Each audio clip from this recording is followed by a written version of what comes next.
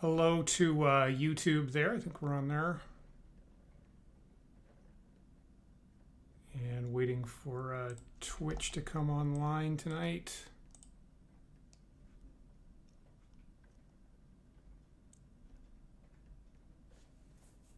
Great. Okay. I think we're on both there. So if you're joining me here, I'm Dan, and my cat wants to leave the room just as I get started. I'll be right back in 1 second. Hey, buddy. There we go. All right. Okay. Sorry about that. So Dan is playing games from the Elder Times again here. This is episode 3, and I will be playing another round of D&D Stronghold, not the Stronghold game from circa 2000, but the 1993 D&D branded Stronghold game. So let's start that.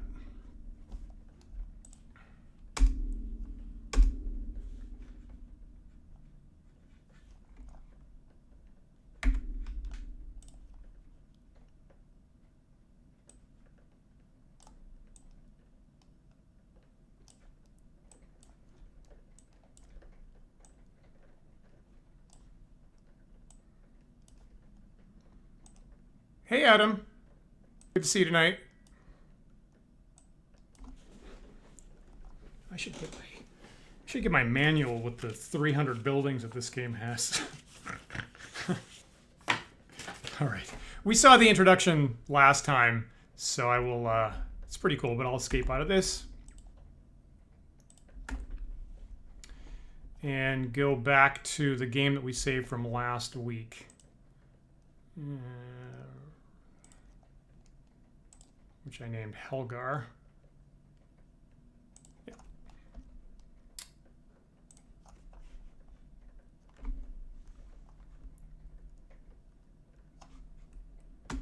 All right, so I'm going to go to the live. This is not the right. Sorry, this is not the right game. What the heck?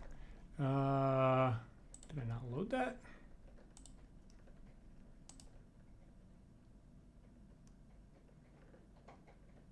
Yeah, I want to save it.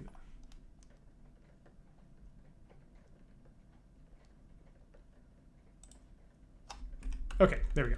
It's a little embarrassing. Okay, so the game we started last week with Baron Helgar, if I look at the overview map here, we stuck my Baron in the far right corner on the bottom because it seemed like it was going to be fairly defensible behind all this water and these mountains. And we got kind of lucky with a whole bunch of gold mine strikes around the mountains with my dwarf leader. And if I check out how my mage leader is doing, I think I raised him like 5 ruler tiers last time. So I think it was Baron, Viscount, Count, something Duke, I think. So I'm up at the level of Duke at this point. Doing pretty well with all that gold that we were pulling in. Okay, I guess as usual, I'm housing constrained. Got plenty of room for more food. Got a pretty good amount of gold there. Pretty popular. We just we got through 1 year last time, so I think I just rolled back into the spring here. And so since I'm lawful, I could just keep playing. And here are my other like sub leaders. I have a thief leader. I have an elf there. I have a cleric, and I have this dwarf that's pulling in all of the gold mines, so they're doing particularly well. And in this game, I have to manage all 5 of those leaders separately with their separate food, housing, gold, money, businesses, leveling up, all that kind of stuff. So with my Duke, as you can kind of see last time, I could win the game and just be building. I could just keep building out this city, and if I make a big enough city and keep people fed and growing enough, I can continue to raise up to the level of Emperor and win the game and not actually do any fighting. We can see that since I built a tower up in the mountains there, I start to have some sight to some enemy monster characters, and in particular there's this camp over here. I think that was Whites. Yeah, so there's this tomb pretty far away. And all this stuff here are whites, which of course in classic D&D are actually the first monster that will drain levels out of you. So I'm not super thrilled about going to confront them, but maybe just for some variety tonight, I'm going to try getting in some combats just to see how that works in this game. I think is that the only monster that's in sight? That's a white. I think there were Minotaurs up here somewhere. That's a white.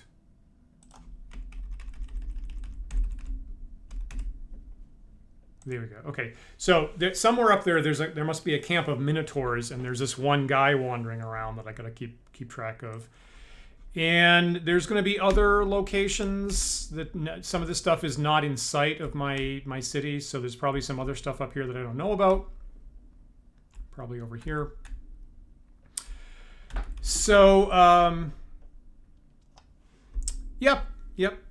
I certainly enjoyed this Stronghold game myself. And you know, it's funny. Probably at the time I had more patience for learning a lot of details. Like I might not have the patience anymore to actually learn this game if I didn't already know it. And as you can see, if you saw last time, Adam or anybody, I had my hands full. There was no point where there wasn't something for me to do to make my people happier about more houses or more farms or more food or more gold or something. So I already have my hands full. So if I start thinking about like setting up an invasion of the whites, that's just going to double the amount of stuff that I have to deal with. So if I do that, I just have to accept that my city is going to be kind of not working optimally at that point. But let's try it just to see how it goes. So my strongholds are continually churning out more characters there. And one of those figures might represent 1 or 2 or 3 or 4 actual people. Like I'll just click on this one right here. I guess that's just one. They're probably new. Okay, so here's a unit right here that actually represents 6 dwarves, and they've all trained up to 3rd level at this point. Okay, and they have a hammer, armor class 5, banded armor. I think my dwarves have like the extra armor building that I invested in a while back. So when they get churned out, right, they kind of wander around the map looking for a new home base. And like this one that's been here for a while is homed here where the stronghold is. The new ones, like probably these guys, are set to unassigned as they kind of randomly explore the map.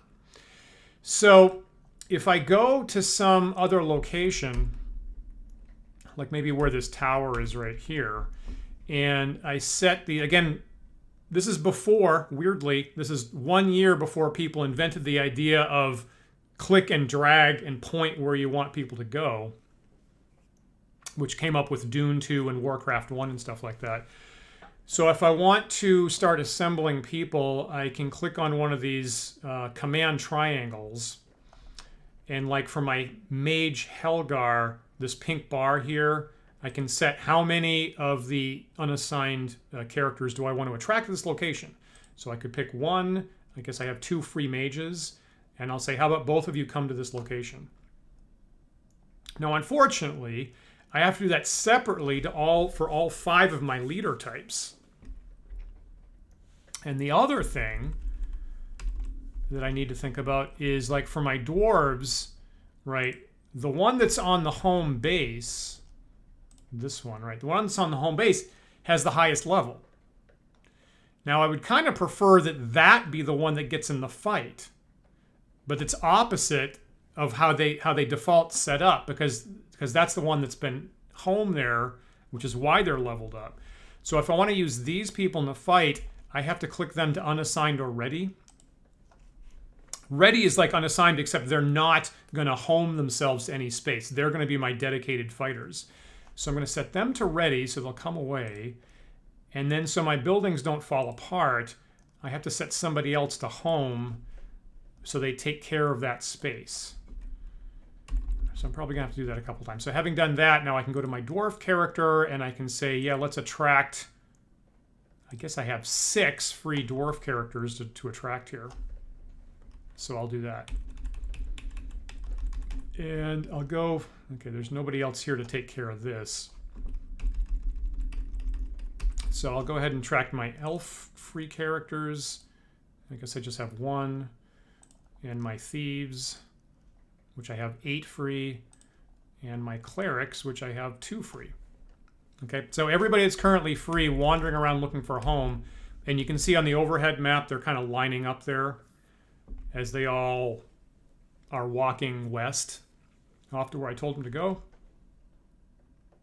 And hopefully once I get them all together, I will be able to use them as an army to actually go fight some stuff. All right, so here's a bunch of people kind of going in that direction off. I guess those are all my thief characters wandering off there. And while they do that, let me just see some other upkeep type stuff. So my mage needs housing. Can I build housing here? Yes. Okay, so I'll do a couple of those. This is water, though. So I might have to upgrade these houses here, which is really expensive for mages, and I don't have that much money. Well, I'll do it.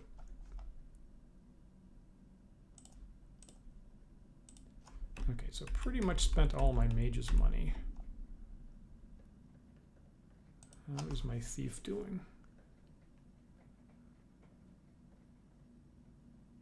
Income. Let me just see who's kind of good. Good, my elf needs more housing. Oops, that's not what I wanted. And everybody needs more housing.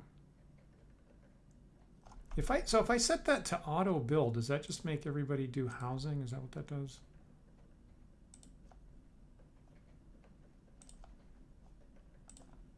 Oz will now build homes automatically. Okay. Okay, so because I'm starting to get time constrained here, I'm going to set my leaders all to auto build. To specifically build houses because they're all housing constrained. So I guess that's a good idea. Do that. Do that. Yeah, that's okay. My thief's got plenty of housing, so I don't want to do that.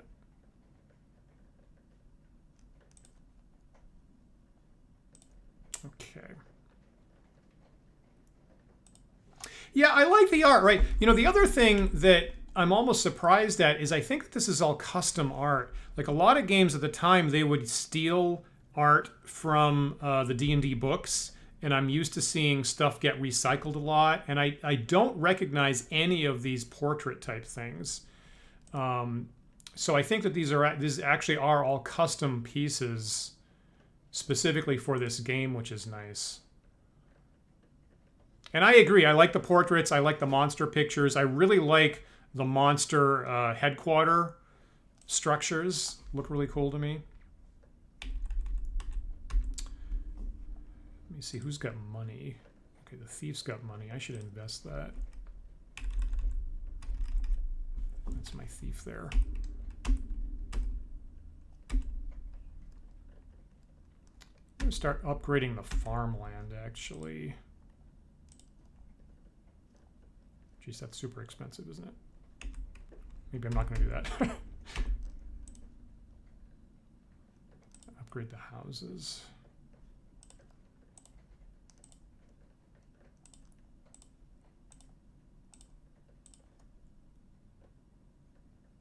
A lot of money there. Okay, Elf's got some money. They're actually doing okay.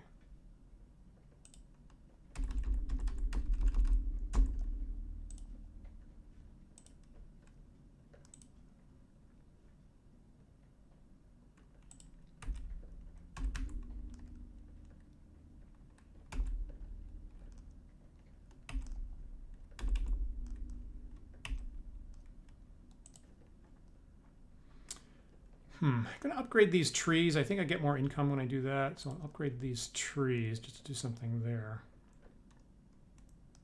Yeah, right. Yeah, I was right. I'm thinking of Neverwinter Nights as a good example of one where they recycled art a lot. Good point. Cleric's got a lot of gold. Okay, the dwarf's got a crap load of gold. I should Again, I like investing in inns is like one of the best things I can do.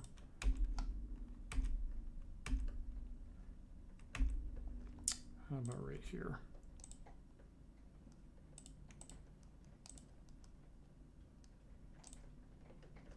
I will say that, like, hypothetically, if someone's new to this game, this D&D Stronghold game, get this rock. Isn't that a rock right there? Oh, I guess not. Okay, so I'm building inns here. So if someone's new to the D&D Stronghold game, probably the easiest thing they can do is looking for a place to build.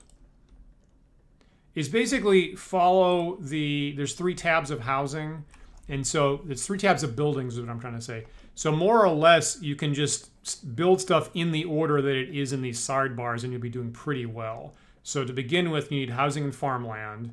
Then you'll probably need a granary, marketplace, camp, right? This kind of stuff, bazaar, armory, mason hall. That's the stuff you can invest in and get better armor or better leveling. And then the stuff at the end is the most expensive, and you kind of want to culminate with building an inn because that's your best source of income, but it's very expensive. I'm not building a lot of walls. Like defensive stuff isn't the best. It's expensive, and there's upkeep cost, and it's not super reliable that you've built it in the right place. So if you try to like wall off your entire city all the way around, you're going to rapidly outgrow it, and you're going to rapidly run out of money. So I definitely don't do that. Other thing I could possibly do, there's a bridge. I could build bridges over some of this water, but then I have to defend it and all that kind of stuff. So that tends to be rare too. All right, there is a rock here I should excavate.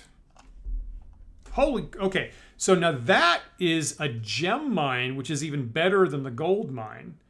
So my luck continues here, and as if my dwarf wasn't already awash in money, now he's going to be even better off. That is crazy.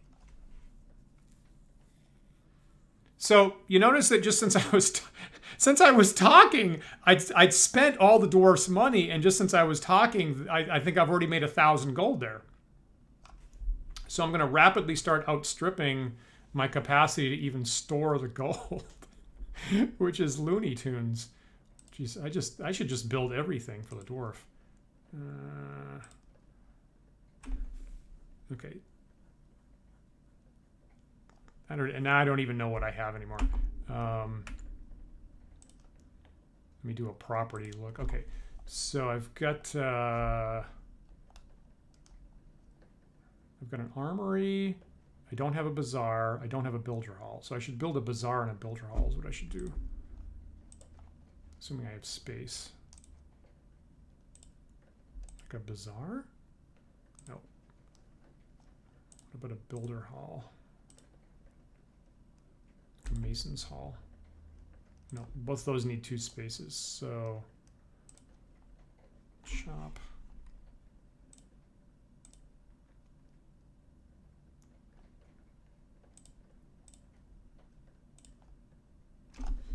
I should be aware of what they actually do before I build. Okay, so bazaar. Right, trades food for gold or vice versa. And the builder's hall repairs all buildings when they're damaged. Well, I'm kind of hoping I don't actually get my buildings damaged, but why not? Just in case.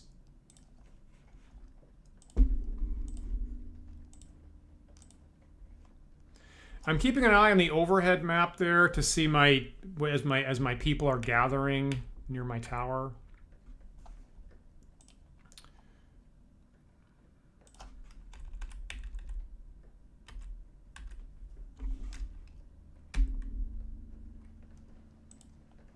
Forester's camp.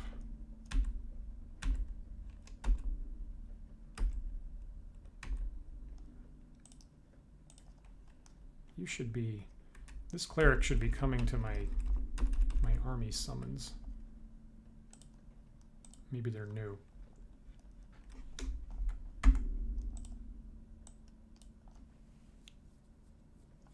Yeah, Adam, if I missed your question there, yeah, if you're lawful in this game, and my Duke is, right, then the win condition is to achieve the Emperor rank, which is the ninth level. And you can do that entirely just by building a city and keeping your people happy. As opposed to if you're chaotic, then you don't care about your city, you just need to destroy every single monster on the map. Now I think that even as lawful, I think you get like 1 or 2 boosts for eliminating enemies. So it's not totally useless here for me to go actually get in a fight, because I will actually get an additional promotion when that happens, if I recall correctly. So so more or less, here's my army. Now you see, one problem is, even though I've attracted people here, they started off unassigned, which means that they're still hunting to lock themselves down at a home base. So having gotten here, a couple of them have wandered off and decided to like call this their home or something like that, which is not really what I wanted. So what I should really do to have an army to avoid them deciding to put up a picket fence is to set them to ready. So really, I need to go through all these people that have come over here and click them all ready to really use them as a functional army, and that's kind of a drag. Next, ready, next, ready, next, ready. I don't know if I can I key through this? I can't key through that. Okay, just set everybody to ready so I can use them properly. Now, unfortunately, all these folks are basically first level. I should have 1 unit of dwarves homed here. But if they do start getting in fights... There's a rock there. So if they do start getting in fights... hopefully they gain experience and they start going up level rapidly, I hope. You can see the ones that I hit to ready are blinking there, so those are the ones that are, you know, willing to serve as my army. And you. Okay.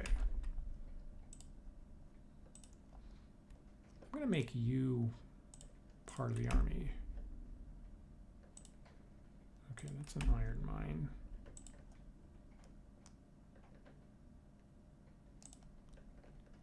I think I just had a mine get depleted.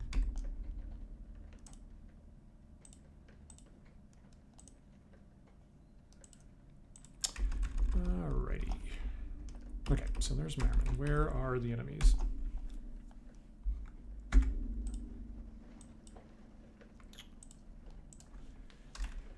Alright, so for this to work, I need to go down here and then up to, again, I'm going to be contending with these whites, which is like not really what I wanted to be engaged with for my first enemy, but so be it. Or, you know, I could get clever and try to build a bridge across here, but it's going to take a long time, so I won't do that. I am going to attract everybody who's available over here.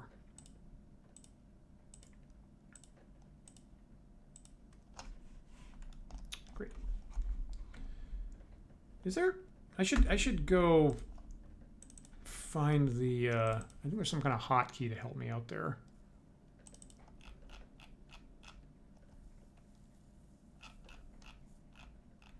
Should have had this text file up before I started.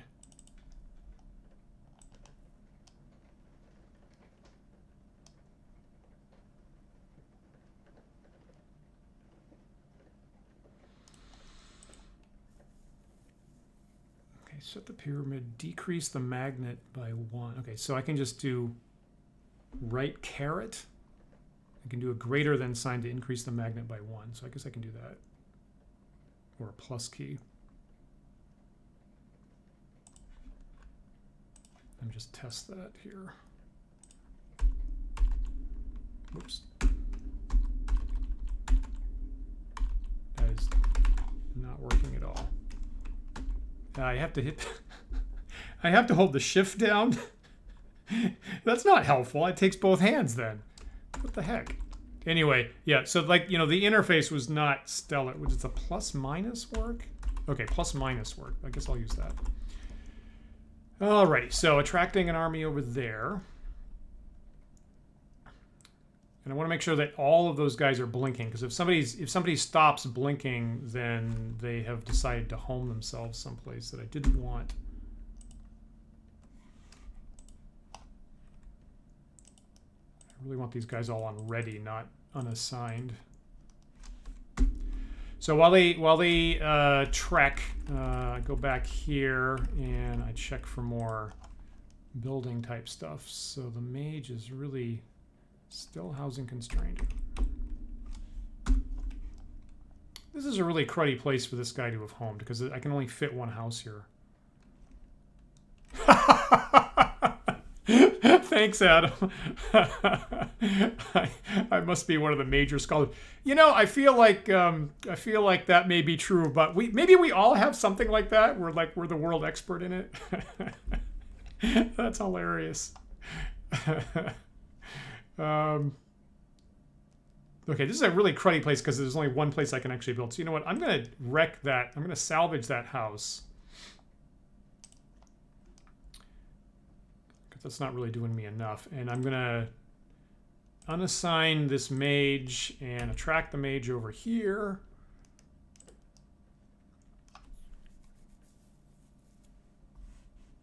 Oh, God, accepted it. Okay, we accepted it. I got to put him to ready, her to ready.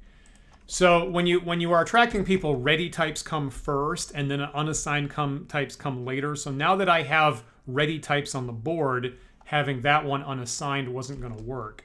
So now I've got them ready, and hopefully that's the one that gets attracted over here. And I can see they're blinking in the overhead map, so they're about to walk on the screen right now. There you go.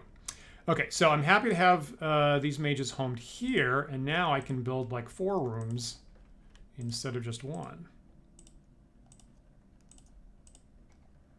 And hopefully that solves the current housing problem.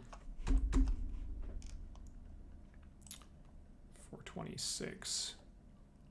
I wish my income was higher. There's not much I can do about that right now. That used to be a mine, right?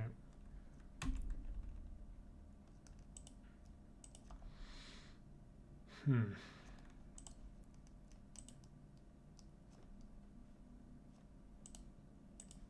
know, I'm just going to claim these trees here.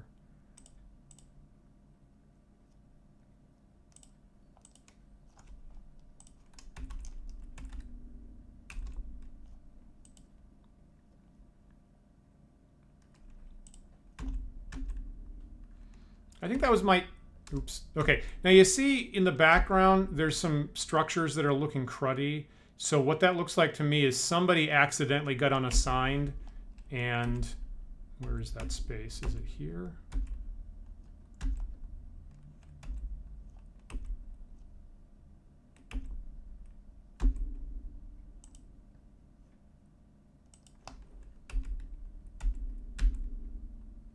Is that what that building normally looks like, I guess? I feel like...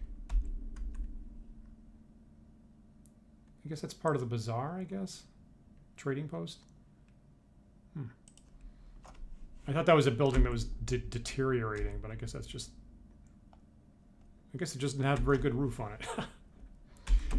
Good enough.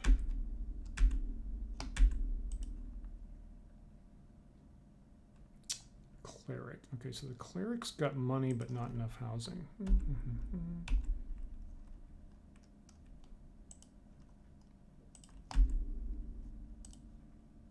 All right, now upgrading the cleric houses is super cheap, so I'm going to do that a couple times.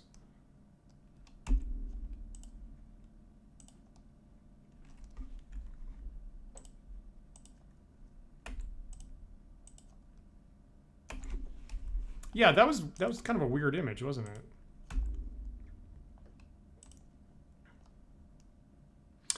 Now, here's a space that currently has 2 clerics in it. Okay.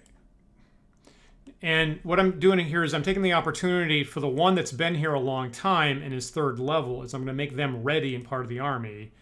Whereas the other one, I'm setting the home because they're just 1st level, right? Which it started off reverse that. So same thing here. This one I'll make home, And this high level, this third level one, I'll make them part of the army ready. So I have to keep going through and doing that a couple times.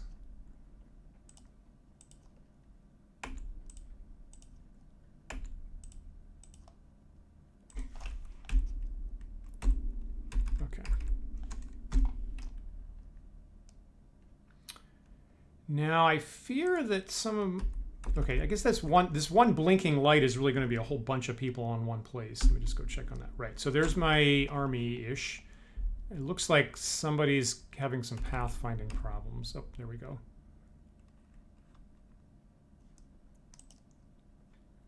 So these clerics are coming around. Okay, so I have a pretty good mob of people here.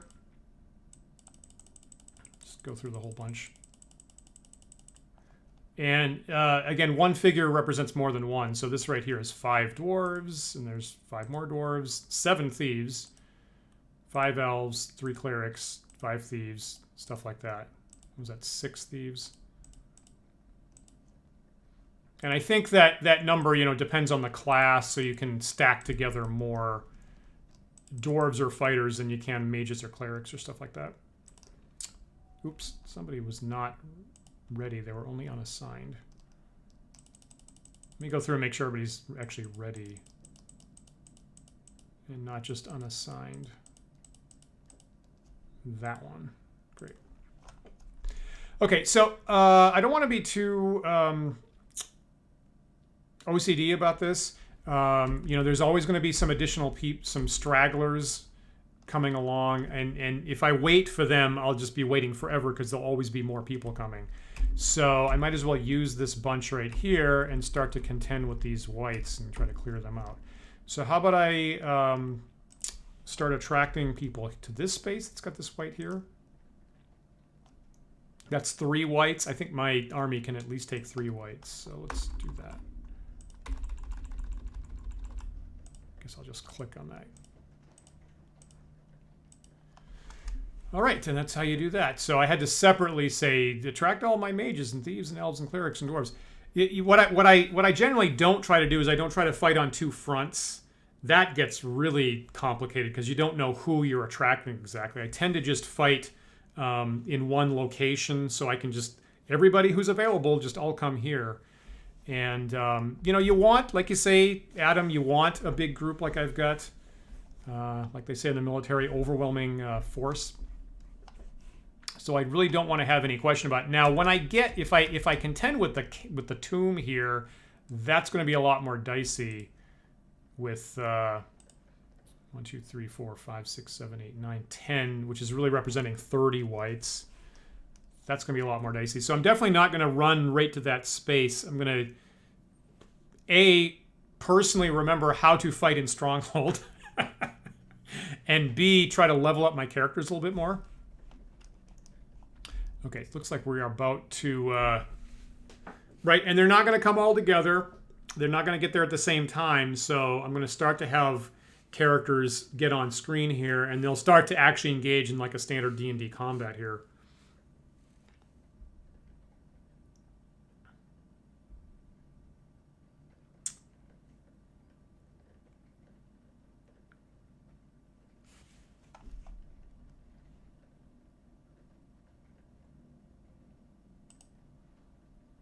Now, I hope the game didn't just crash. Did that? Okay. All right. So there was a little, the CPU took a little moment to get all my other people on screen there for a second. So we're engaged in the fight, and you can see there's like this thermometer here. And basically however much white is in the bar is to my favor, and however much red is in the bar is to the monster's favor. So I do have such an overwhelming force here that I'm quickly wildly overpowering this 1 unit of whites. Got a magic missile spell in there. Oh yeah, whites take no damage from non-magical weapons. So I guess the only way I was going to kill him there was with the magic missiles. This could be bad. Oh my god,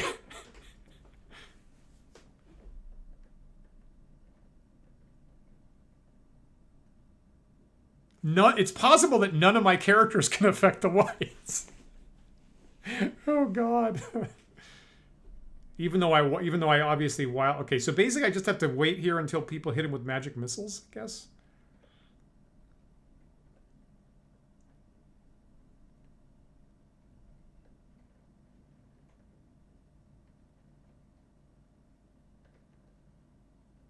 Anyway, Adam. So to your prior question, yeah, if I defeat the creatures at the tomb, basically what happens is you can salvage the tomb. If you clear it all out, you can take control of the tomb and salvage it. And actually, I guess you have two options if I recall. I guess with some stuff you can take it over and use it, and other stuff you can salvage it and sell the pieces. I think effectively for money, kind of like I do with my own buildings.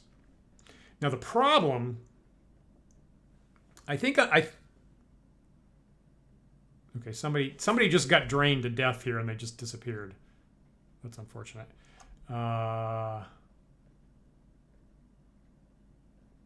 Also, there's more whites showing up, which is now there's 3 whites.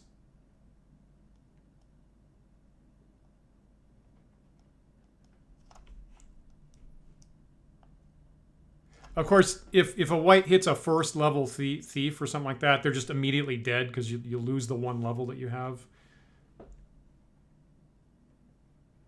Yeah, it's possible that I actually sent this entire batch to their death after the... Because whites take no damage from non-magical weapons. I mean, normally you could... Right, so normally you can use silver weapons but against whites, but I don't think that exists in this game. Which is not good.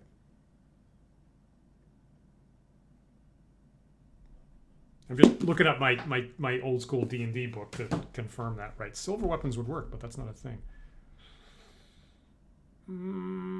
Well, this is a bad situation.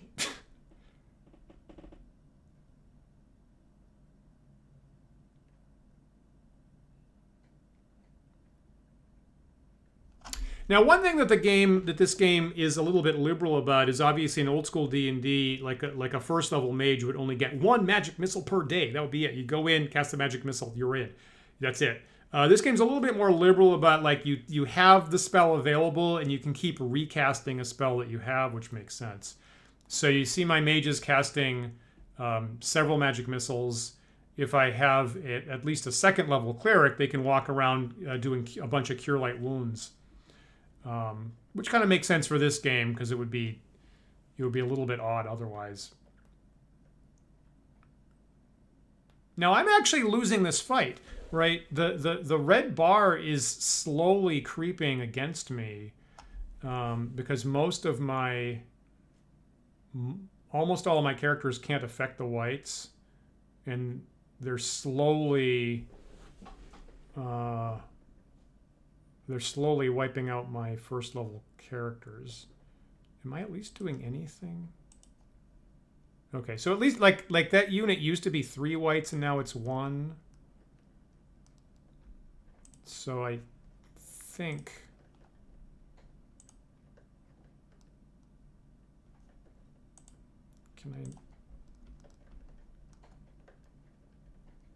and you can see there's so many characters here that the system's getting a little bit clunky dealing with it.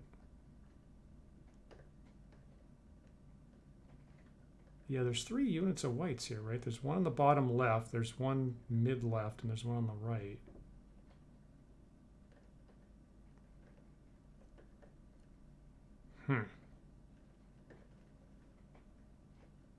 Having whites as the first monster I have to deal with is like really unfortunate. I really would have loved like some goblins or kobolds or anything like that wasn't death on wheels like the whites are.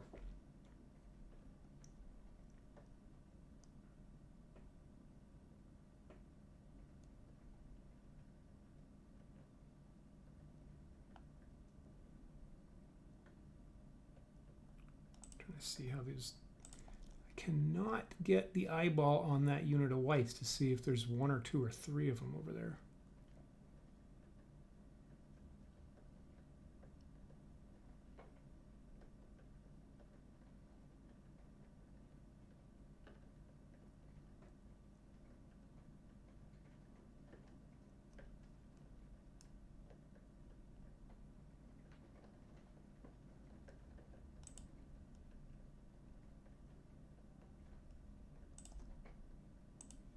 I cannot target that guy. That's unfortunate.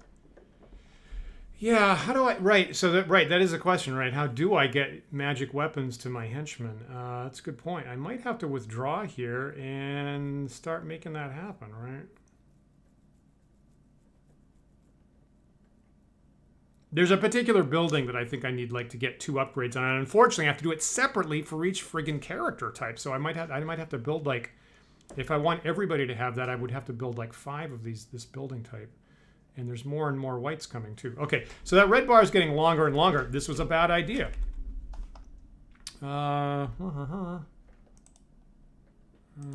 Let's pull everybody out.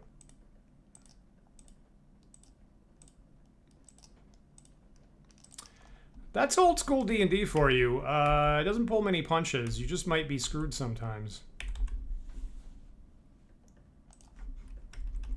Yeah, I'm just losing a bunch of people. And so as that fight happens, you notice there's more and more whites coming into the space to fight back against me. So things are going against me. And before I was having to deal with that tragedy, we were talking about the tomb here, right? So this space has a whole crapload of whites, and they're churning out more all the time. So while I'm building my city, the whites are going to be spreading out and taking up more and more territory. Running through a character funnel, good point. I feel it might have been just like a character meat grinder. But, you know, it's going to be optimistic. So the one thing I gotta look out for is that if you sometimes, like the first time I play the game, I think I'm going to be clever, right? And I'm gonna cut through like a particular monster. It could be orcs or ogres or something. I'm gonna cut through the massive territory that they've taken over, go straight to the headquarters, kill them there, and then blow up the camp, and they won't be anymore. Great.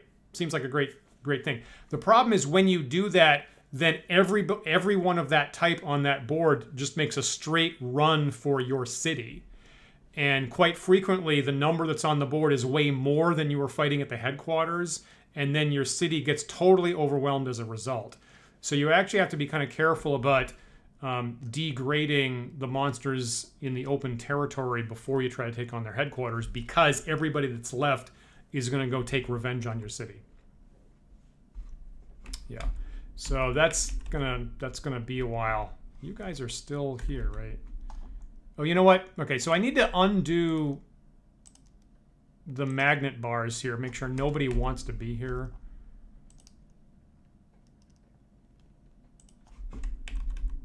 Right, and here's where I'm trying to withdraw to. I hope they're not all stuck in that fight, because that's going to be a TPK up there, I think. Oh, okay, so I did... Okay, so somebody has, in fact, successfully destroyed a white unit. Right, and that has to be the mage elf units hitting them with magic missiles. Okay, so hopefully they... I don't see a lot of people coming out of that space, which is making me very sad. Okay, there's only one left though. Maybe that's good.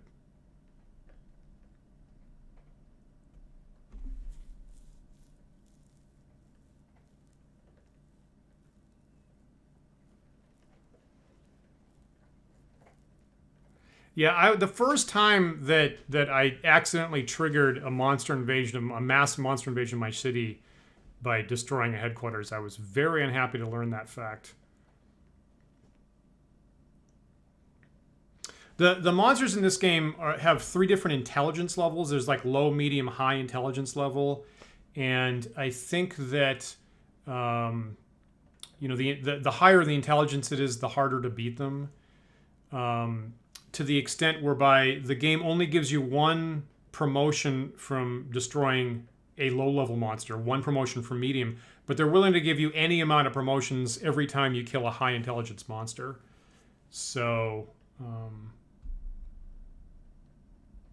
oh, was that it? Oh my god, I actually won that. Okay, so don't run away now. Come here and stay there. All right. Now, I can see there's another white that's about to come on the board right now. There's that red dot in the overhead map. So someone's about to walk in here and start contending with me. And hopefully I have enough firepower there. So, right. Somebody's engaged in combat, and it's right here.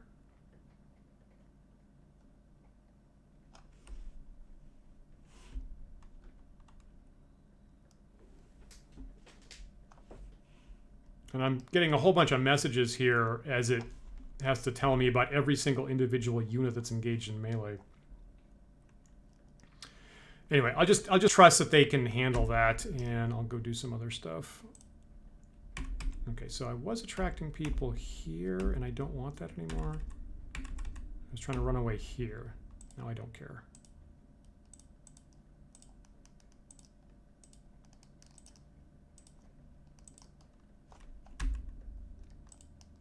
Yeah. So here's someone that's homed near where my army camp was. So I have to keep being on the watch for people accidentally homing themselves. You should be ready instead of joining my army. So, where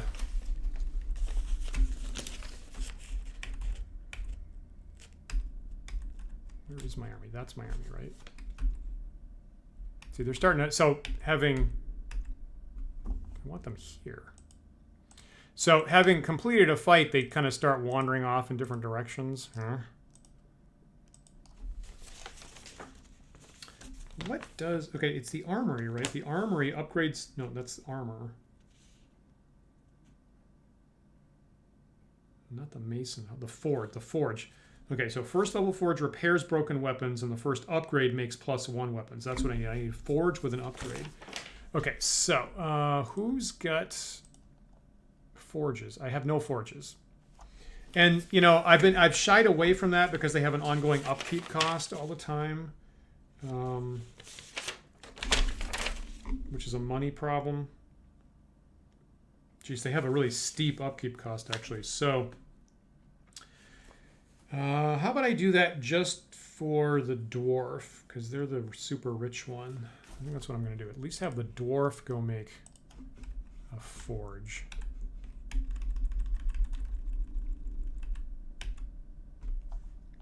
Are you home? Yes.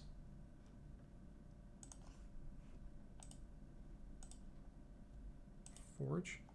Great. Okay, so here's a forge. I will probably forget, but once that's done, I really have to go back and upgrade it to get magic weapons. Okay, so I see people are getting involved in fights there. I'm hoping that's just a single white that's wandered into their position. All right, now I am spending some time just watching these messages come by. Right, so the Thieves unit's engaged in combat, and the Mage unit's engaged in combat, and somebody else. I think I'm going to go and change the message delay so that messages go by faster and I don't waste so much time with that. I'll cut it down by half. I think I actually set the messages fairly long so that like new players could see what's happening. Just test that. Okay, yeah, I'll see that go by. All right, back to the game. Farmland here. Check some more rocks. All right. Great. Iron mine, we'll take it.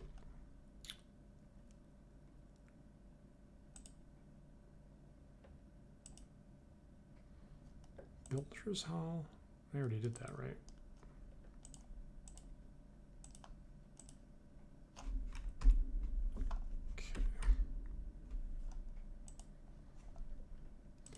There's another...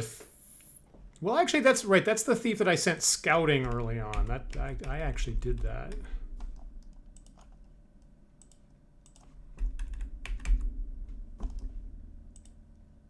Okay, there's someone home. So I guess this has to be all farmland, basically.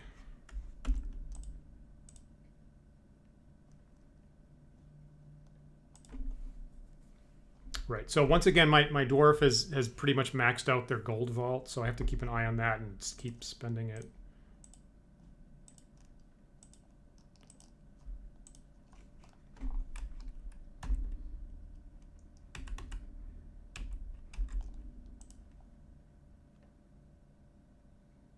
to upgrade. Upgrading farmland is really expensive, but the dwarf can do it.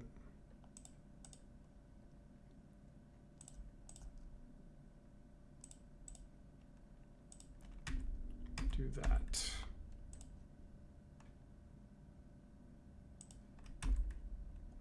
Upgrading their fortress a third time is still out of my budget. You're new here? I guess these were both mines, right?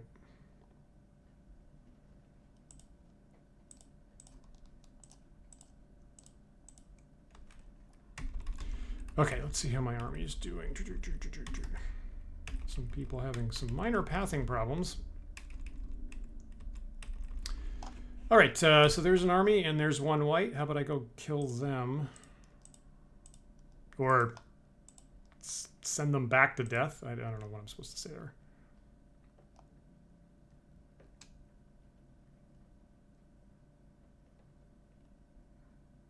I gotta wait for these messages to go by.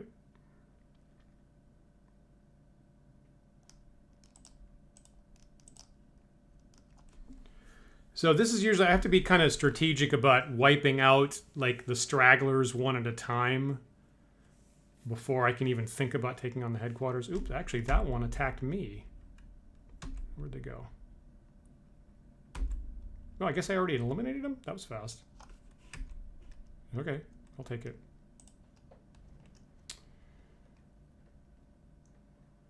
Here comes somebody else. You know, I'm going to take this space here.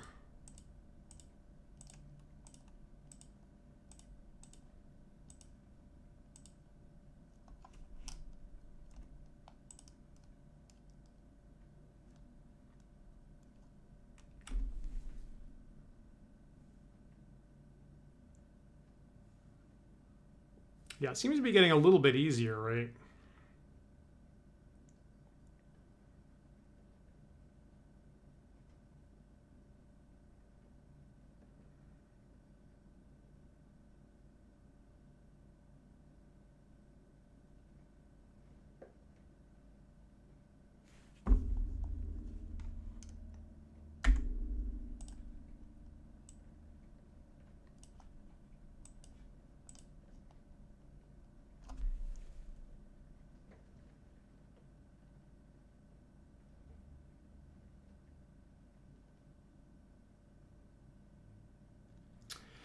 Now, here's either an insight or a little bit of, damn it, I just lost a level.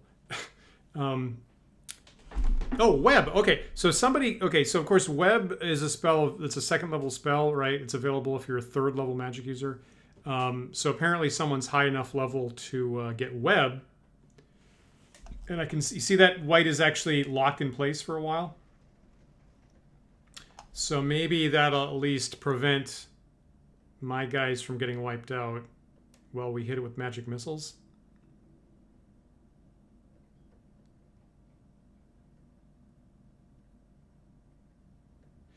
So anyway, so here's either an insight or a cheat. Obviously, I'm looking at the space where the fight's happening right now. And the system is tracking location of figures on the screen. Now, if I go away and look at another space, right, and it has to figure out who's winning the fight off screen, it uses a totally different algorithm. And it doesn't keep track of individual locations or stuff like that. It has a totally different combat algorithm, which might work differently, maybe to my favor.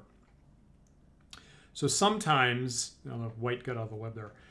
So sometimes if things are dicey, if I just go and do something else, I look at my city, maybe the process for figuring out the fight works better if I don't look at it. That might be a little bit cheesy, but I'm going to try that. So this is kind of sort of a quagmire here. I'm just going to go look at a different space for a second.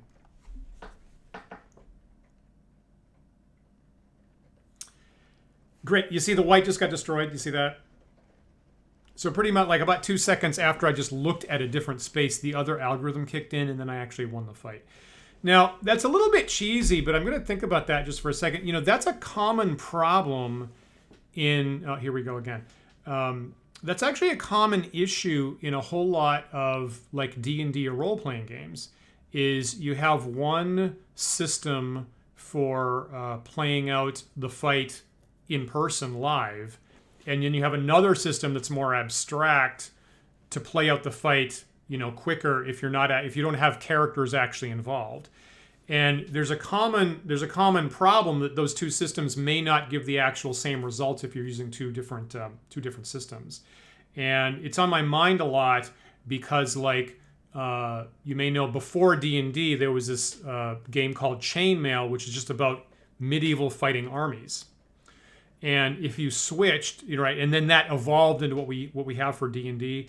And if you switch between the D&D system and the chainmail mass combat system, they might sometimes give you totally different results, which is kind of counterintuitive. Oh, that one I actually won on screen. Nice. It's not right. It's not like I can't win it if I hit him with enough magic missiles. And like you say, Webb's doing very well. Personally, when I first had the web spell myself, the first time I was playing D&D, it felt like just a nuke. It was really wonderful to have that available because it was just amazing.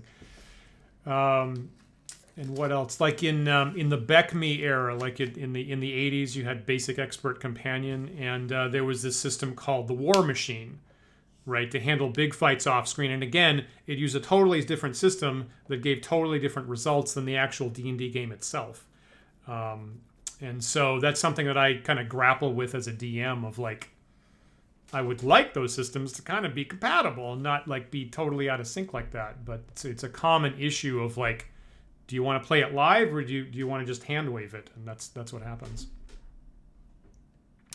Right, and there's more whites there. So this group is apparently going to keep attracting whites, and as long as they show up one at a time, it seems like I'm doing pretty well okay. If like 3 or 4 or 5 white units show up, then I've got more of a problem. Right, just webbed that guy, and now I can just tag him with magic missiles.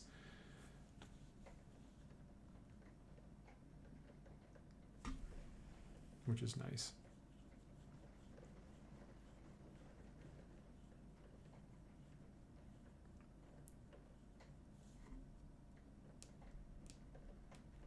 So I'll let them do that. I see, I guess someone's unassigned showing up here to add to the fight.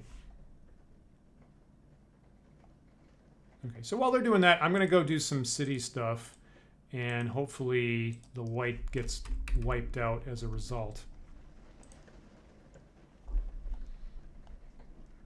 Okay, upgrade the guard. This is my... I'm going to upgrade the guardhouse. That's fine. Yeah, that's okay. And where did I put the forge? There's some fighting happening over there.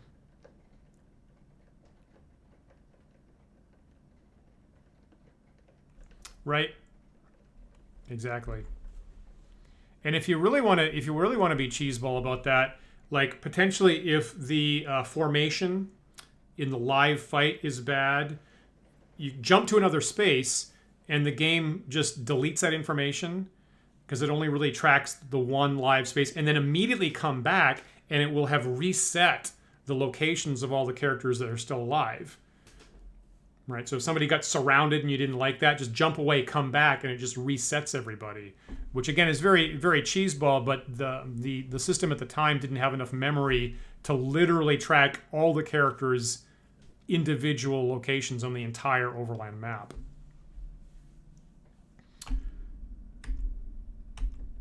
There's my upgraded farms there. That kind of looks nice. Unfortunately, I have no idea where I put the forge. Is that it?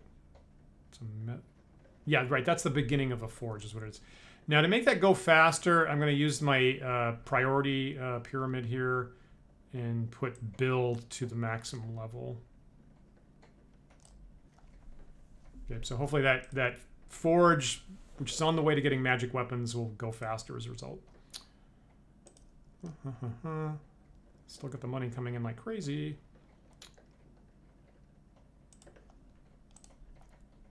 I'm pretty much just going to upgrade almost anything that the dwarf has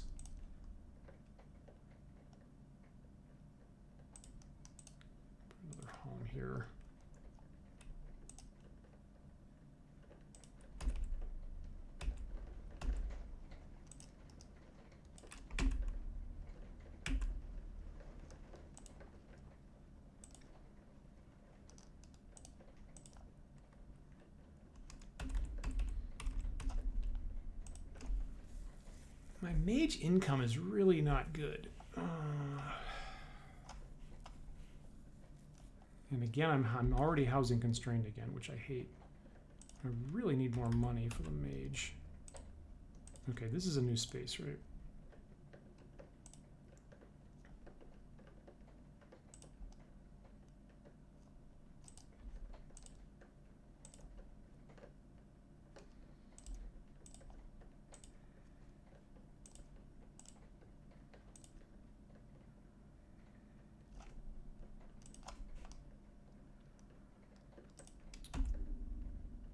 Maybe I should have saved it. Okay, so a season just changed to fall, and I lost a mine there.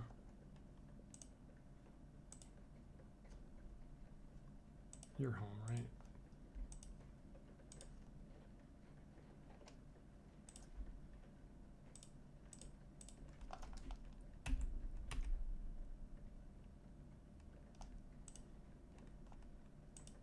It's weird how bad that trading post looks.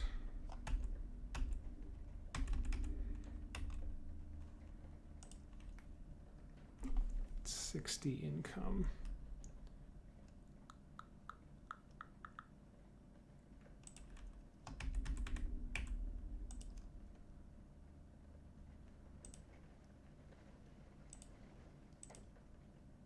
Okay, the elf's got a lot of gold. I guess I haven't been looking at them. So the elf, assuming I have like space available. What is that thing? A wood carver. Those are elf trees. Problem is I don't have...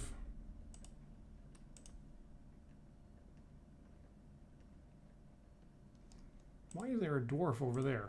That's weird.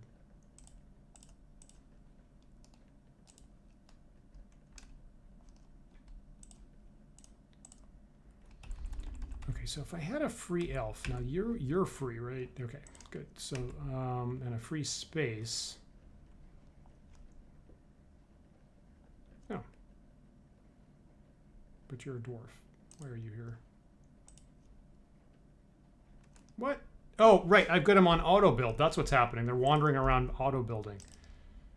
Don't do that.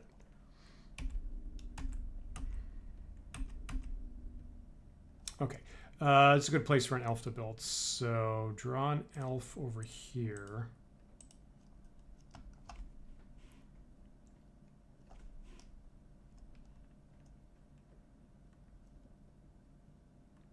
Right, except, okay, God, this interface. Okay, except I'm accidentally drawing one of the readied units for my army. Can't do that. Hold off on this for a second. So this is not, see, now I have to juggle the city plus the army, and it's getting, does it right. So before I do that, I got to go over here. The one that's unassigned, I have to make ready, right? So now they're first to come to a summons, and now I can drag them over here. And they'll be the one to show up.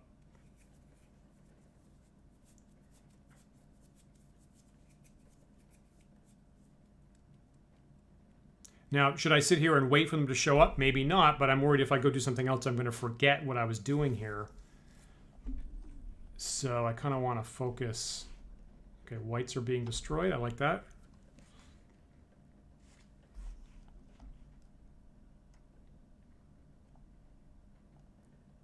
All right, so you are home. I know you love the trees, but we're going to chop them down anyway.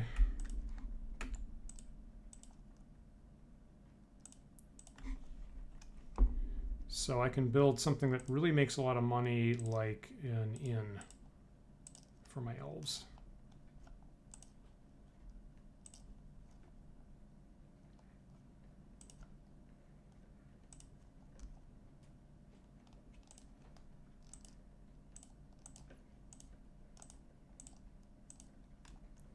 Great. Okay, so that'll help the elves' income long term. Trading post.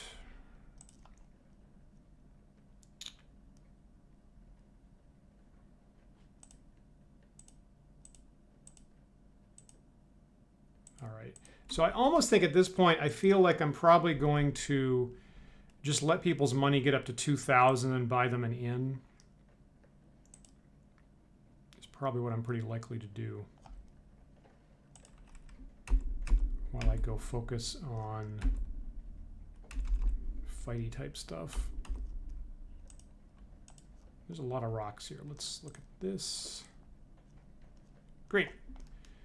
Another gold mine. Another gold mine.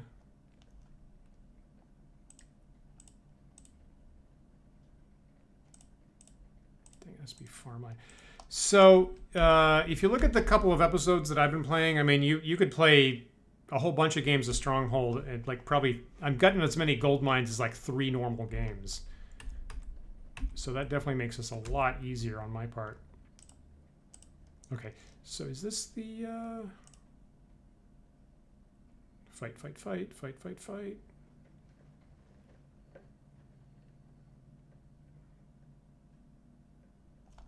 Maybe I should go.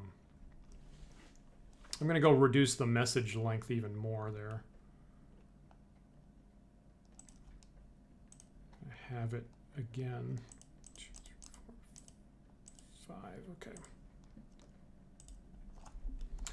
All right, so here's the place where I built the metalworks. That's the forge. Now I have to upgrade it to start getting magic weapons, but I don't have enough money. Even with the community fund there, I don't have enough money, so I just have to wait a little bit. The dwarf has plenty of income, so it shouldn't be too long. And while people are getting income and food, let's go see how things are happening. Oh, great. Okay, so great. So I guess I have a cleric high enough level to turn whites as undead. That's nifty. And I came into the view just at the moment where that happened. Let me go find that unit of clerics, actually.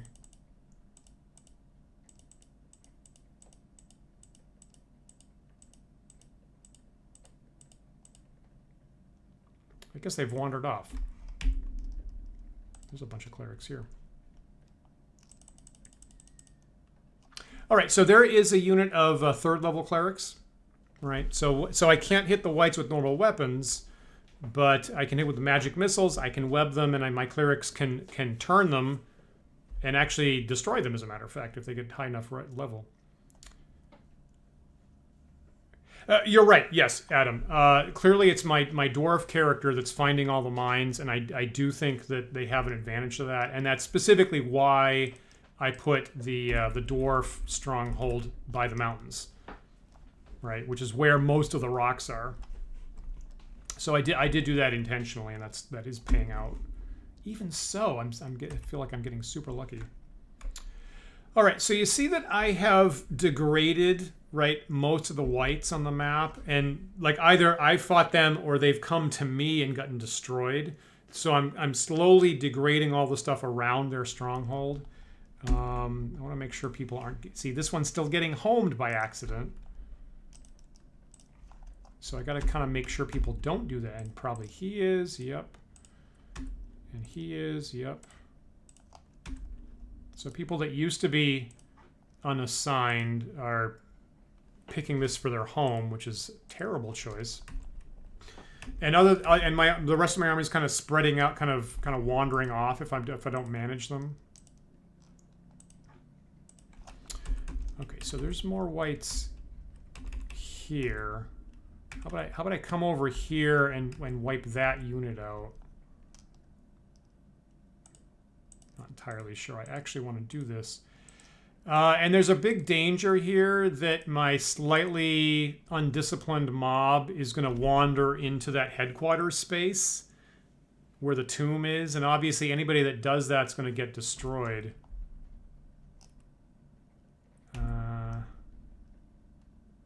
Okay, so stuff's happening here. Oh, did that clear it?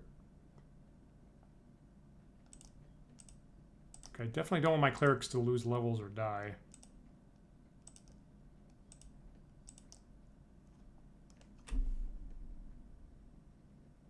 Is that good? Yeah, see, cleric turn 3 undead, that's good.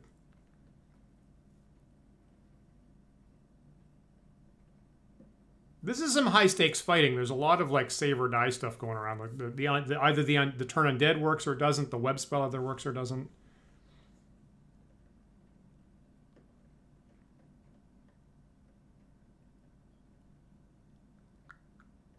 That's good. Thank you. I really don't think that I can take on that headquarters space. It's kind of funny, but I think I just have to island hop here and not even think about taking them on. 1, 2, 3, 4, 5, 6, 7, 8, 9. Yeah, it's still. Oh, and now some of the units are 4 each instead of 3. Yeah, see, they're actually growing. Yeah, they're all 4 now. So it's like about 36 whites. I really don't think I want to get involved with that because again, only my clerics and magic users can affect them. You probably decided that was your home, didn't you?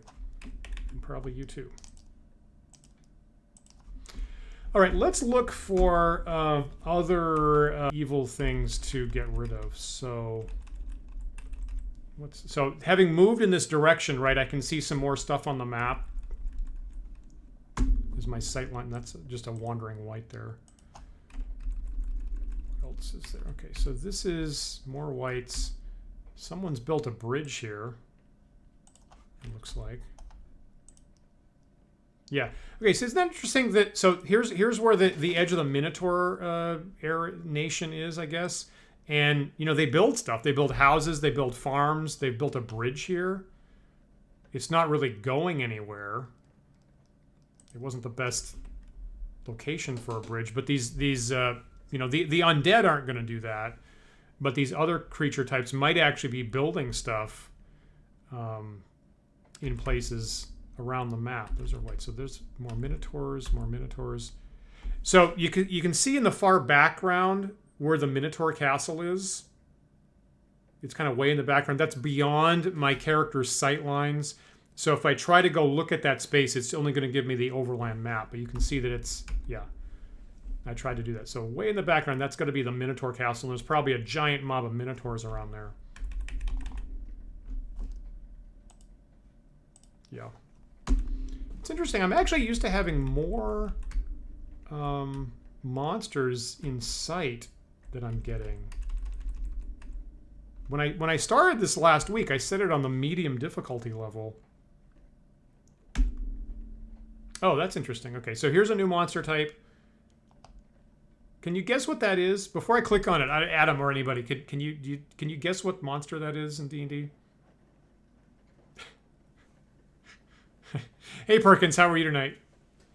I'm doing pretty well. Playing again. I'm playing D&D Stronghold here on kind of a rainy late night Thursday in New York. Yeah, they give you a pretty good amount of territory here. Okay, so Perkins is guessing it's the Beholder, which is the obvious and excellent guess, and you can see that again when there's a monster camp, they spit out lots and lots of whatever monster you have. Really good guess, but they tricked you because in classic D&D there's a fake Beholder type, right, called a Blast Spore, and that's actually what this is. And they don't have an illustration for it, unfortunately. So those are actually blast spores, which are, and beholders are like among the toughest monsters in the game. But blast spores are the opposite. They only have 1 hit point, and they have the worst possible armor class, except that when you hit them, they blow up in an explosive gas ball. So I got to be real careful when I do go fight them that I'm gonna hit them easy and they're gonna blow up and probably kill somebody that's near them. So you'd prefer to hit blast spores with magic. The last thing you want to do is run up and hit them with an axe or something like that. Right? Yeah. So that's like a first edition thing, and that's there's a lot of like tricky gotcha stuff in first edition that they tend not to put forward in later editions. So I don't think that is a monster that exists like in current 5th edition or anything like that. But there used to be a lot of these like, haha, gotcha monsters And I have in fact used that on players in the past. So somewhere up here there's a camp that's spewing out massive numbers of blast spores. So where's my army here? So anyway, so I really don't want to fight these whites. I think that's a bad deal. But I am willing to possibly go fight Minotaurs. So how about I start telling my army to go over here.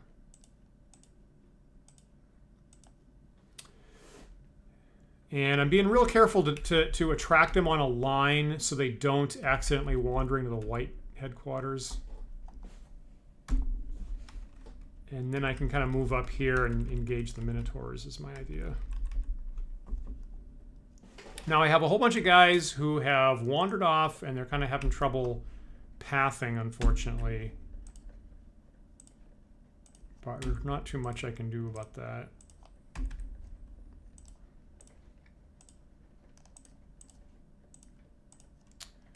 If you split the party, that's on you, characters. So I generally don't have time to go wrangle every single person that got lost due to pathing, so I just let that happen. Okay, and in that little bit of time that I wasn't watching my dwarf, they've again maxed out their gold storage with all the gold mines and the gem mines that I saw. So once again, I have to spend it. I'm going to upgrade the metalworks, and that's going to start giving me magical weapons. For the dwarves, at least. So that's cool. And what else can I spend on? There's 2 rocks there. That would be nice. Now, you have wandered off, you've homed, and you've auto-built a house. I'm going to salvage that. Make you ready. Attract you over here. So I can take advantage of these rocks here.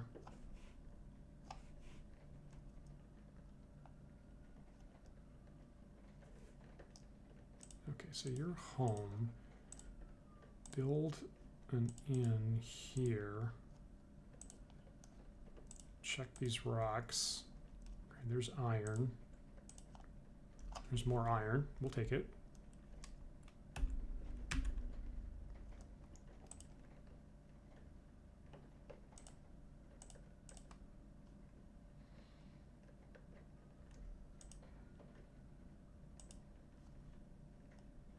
What does that mean?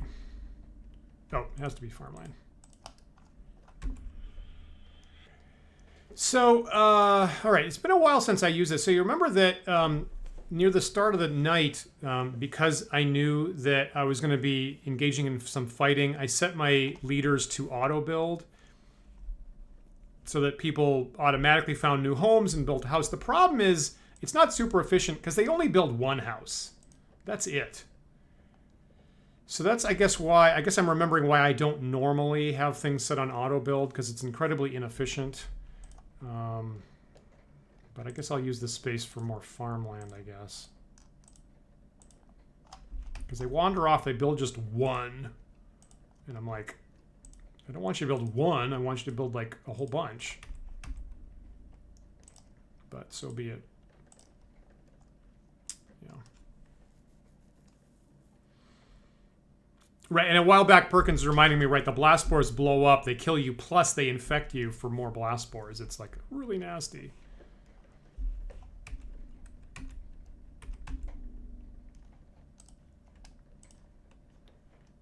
Just furiously trying to spend my dwarves' money, and they're just making it more than I can spend. Which is, like, about the best problem you can have, obviously.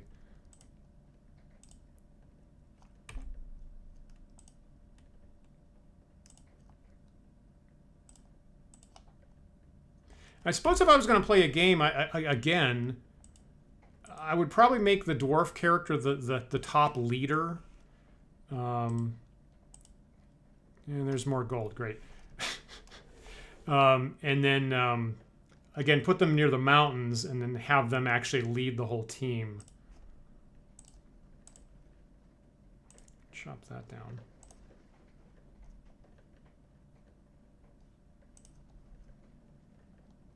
can I put... Oh no, that's bad. So intelligence reports my units fleeing from battle. That's... Okay, I better go check on that.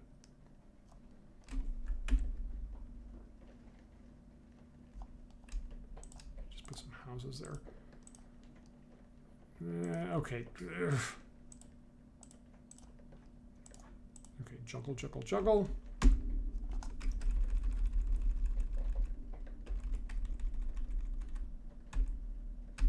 All right, so it looks like one of my stragglers must have gotten involved with the whites, and probably they had trouble there. Here's my main squad, which is doing pretty well. Here's somebody bringing up the rear. Now, at some point, I'm hoping to see magic weapons get distributed from the forge that I've upgraded, but it hasn't happened yet.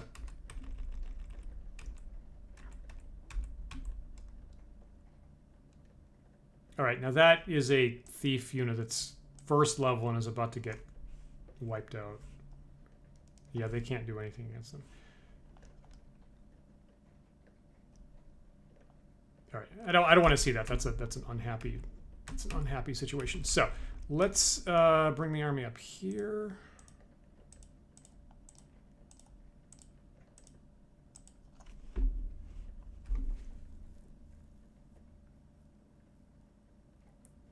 Ah, interesting, Adam.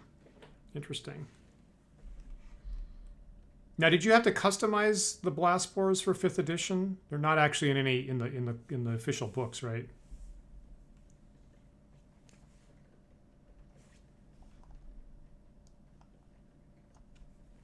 And good for you for doing that.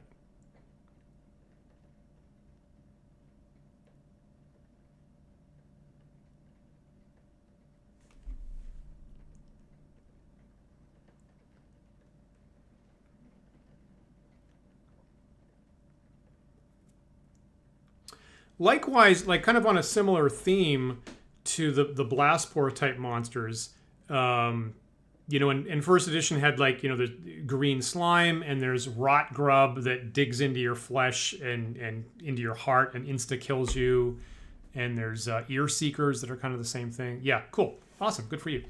You know, on our Sunday D&D talk show that we have every Sunday, a couple episodes back, we were talking about cursed items. And you may know, like, original D&D first edition had a lot more cursed items than you do in 5th edition nowadays. And like in original D&D with the first supplement, every single magic item in the game had a twin that was bad. You know, so cursed weapons and cursed armor and cursed books and cursed rings and cursed helmets and boots, and everything had a paired twin that just screwed the player over. So I think, like, when I did the math, like 20 or 30% of all the items in the game were all cursed, and they were, you know, really bad curses. They were like really, really massively screwed you over. And that's something that's kind of been dialed way down in more recent editions of the game because people don't consider that to be fun. But that was like one of those, like, screw your players over massively if they're not on the ball that used to happen. All right, so here is the Minotaur Territory, and now I'm close enough that I can go closer and actually see what they're building. So they've got a bunch of kind of crappy farms that's sort of half wilted, and then if I go up here, here's the actual keep held by the Minotaurs, and once again, there's a giant mob of Minotaurs in this space, and I guess they're representing about 2 each. All right, I feel like that's the kind of thing that I can probably take on more easily. So I'm happy to get right in there with those guys. There's some more white. Okay, let's just wipe out this group of whites that for some reason wandered up here.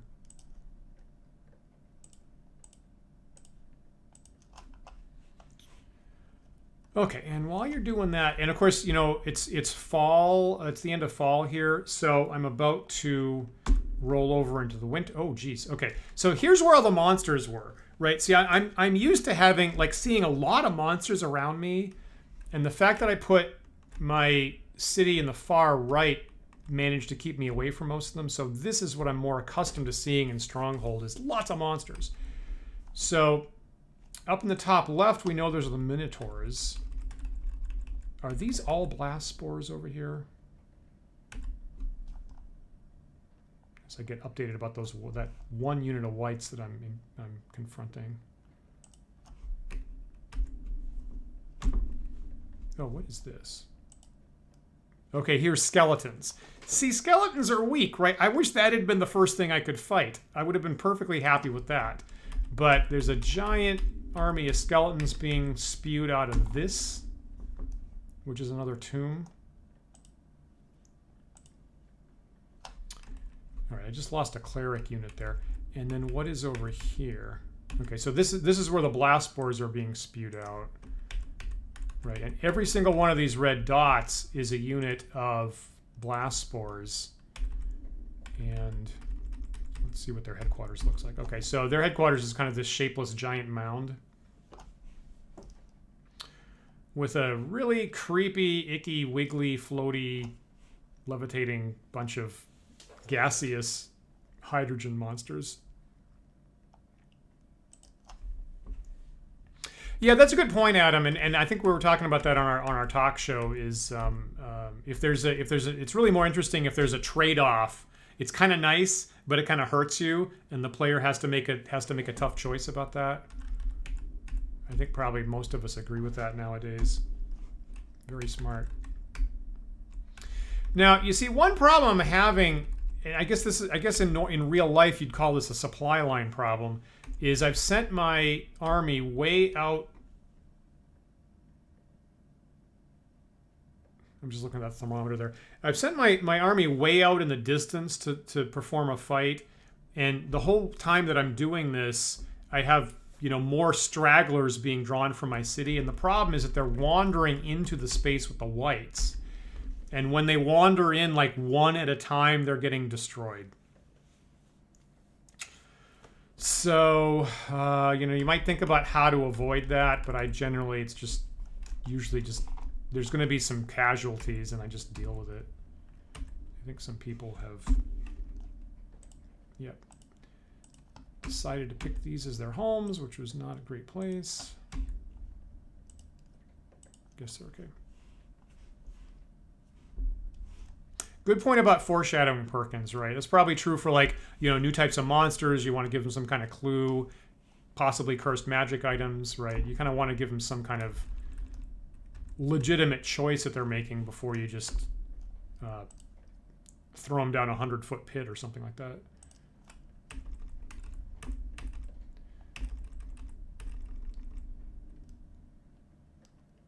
Oops, someone's fighting blast spores somewhere, so I have this happening, which is not going super great.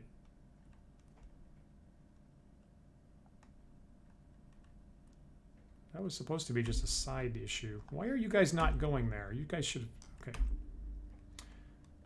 And then somebody's fighting blast spores, so somebody's wandered into some... Okay. So you see, here's someone who got very, very confused.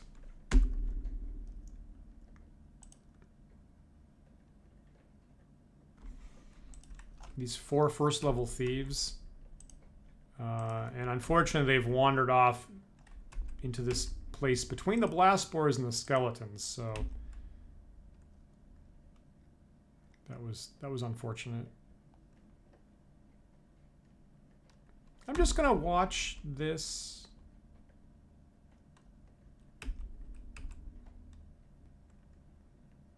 I'm just going to watch what it looks like when these thieves get in touch with the blast spores. Yeah, Perkins, good question. Can I build a border keep? I can. It tends to not be super useful because okay, here's a fight between thieves and skeletons.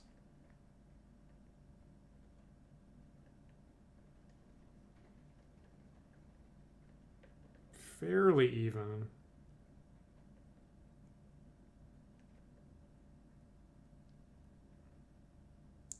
All right, so once the fight happens, right, the other, you know, monster units in the same area start being attracted to it. So now I'm outnumbered and my thieves are dead.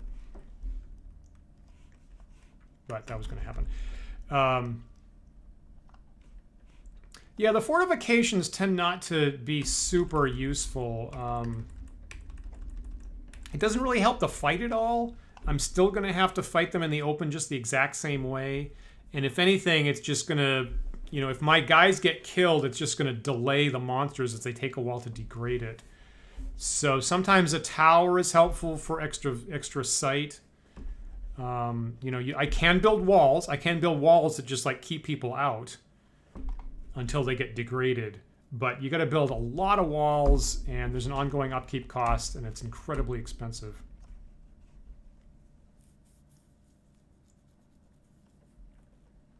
Yeah, it's interesting with undead, and you know, obviously a lot of people decide, like in traditional D&D, to not enforce the level loss because it's so punishing. But what I tend to do is I tend to, like, the first time new players run into a wight is I just tell them, you know, that this drains levels. I say one single hit is going to wipe out, you know, one of your levels, and then the players are legitimately horrified at that thought, and they have the option of running away. So I try, unless I forget, I try not to just surprise people with the fact that some monster's got either poison or level drain or something like that. As I tell them, you have heard and you know that, you know, this spider is dripping lethal poison out of its fangs or something like that. You know, carrion crawlers are one of the toughest, like one of the most miserable monsters in classic D&D. And it's funny because I heard, you know, I read Frank Mentzer, who wrote the Basic Expert Companion rules in the 80s, right? Who worked very closely with Gary Gygax, who made the original rules. Is that they basically screwed up the threat level, right? Nowadays, you talk about challenge ratings. Back in the day, they had the monster level wandering table, right? And Frank basically said that they screwed up the level of the carrion crawler. So they were throwing it at overly low-level characters and wiping them out all the time. And, you know, by first edition, they had to jack up the level of the carrion crawler because on the one hand, they looked at it and went, well, it doesn't actually do any damage, right? No problem. But, of course, it's got 8 paralytic attacks. And so that's kind of held up as like one of the primary examples of even the original game makers couldn't get the challenge rating right all the time. If you look in the first edition monster manual, it specifically says carrion crawlers are greatly feared, and the reason for that is that they screwed up the level they were putting them on.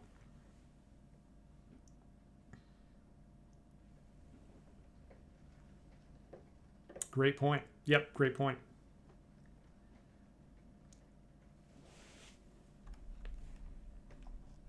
Yeah, baby alien carrion crawlers. That's really great. All right, so here I am encountering the Minotaurs, and you can see that this I'm going to be a lot more successful at fighting because my weapons actually work. Well, all right, that one wasn't successful. Somebody just took an axe to the head. But I certainly have the numbers here.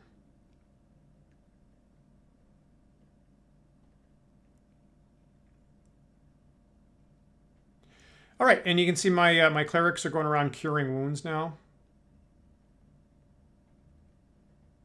There we go. That's what I'm looking for. So I killed 1 unit of Minotaurs there. More are showing up. So as this fight goes on, I'm going to attract more Minotaurs, but I'm probably going to kill them about as fast as they show up.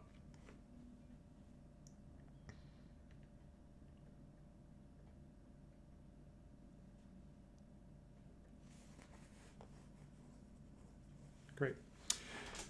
You probably know that in original D&D, right, first level clerics didn't get any spells at all.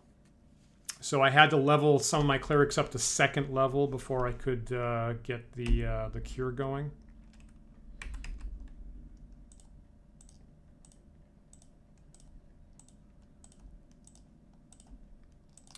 And if I'm going to fight the Minotaurs, I'm going to kind of carefully go from one space to the next and wipe them out one at a time.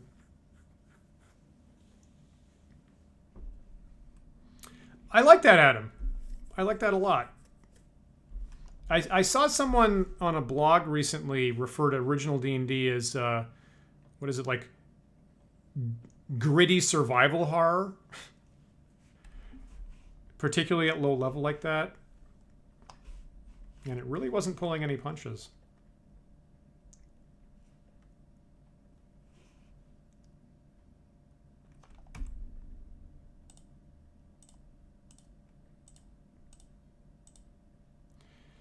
Now this whole time I'm managing this fight, my city's going through the winter.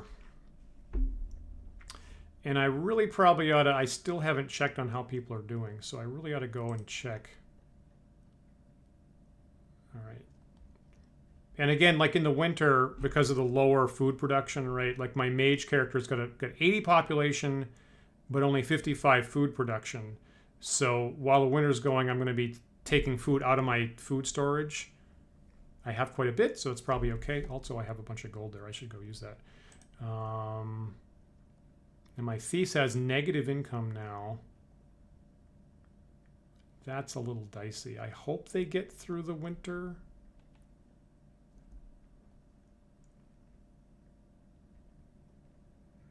There's like a bazaar allows you to buy more food, I think, in the winter.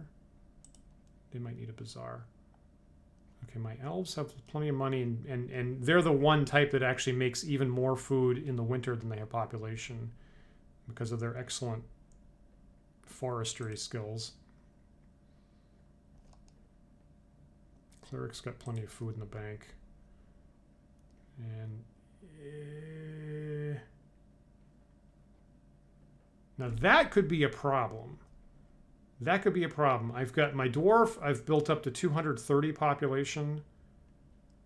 My food production is only a quarter of that in the winter, and I've already gone through most of my food. That might be a big issue. Huh. Okay, so the dwarf, and who else has an issue? The dwarf and the thief. That could be ugly. Okay, the dwarf and the thief need to go make bazaars so they can get more food. Dwarf and the thief need bazaars.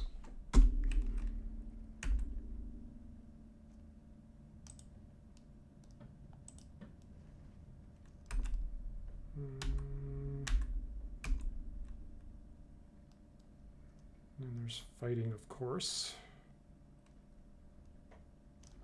I'm going to go make those messages go by super fast because I'm done with looking at this.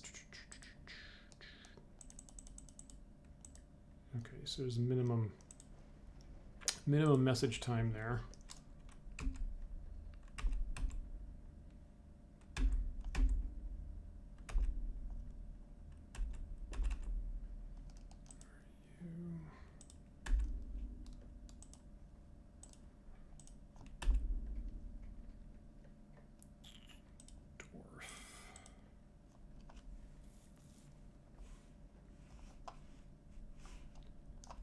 So current goal, just so I personally don't forget, current goal, dwarf and thief. I want to make bazaars so they can buy food as they kind of run out in the middle of the winter.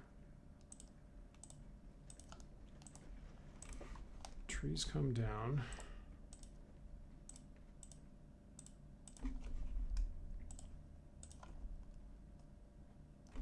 Just make sure it's the bazaar. Is it the bazaar or the marketplace?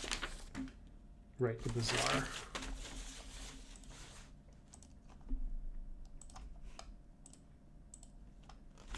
So I built 2 of those, and I want to do that for the thief too. Are you home?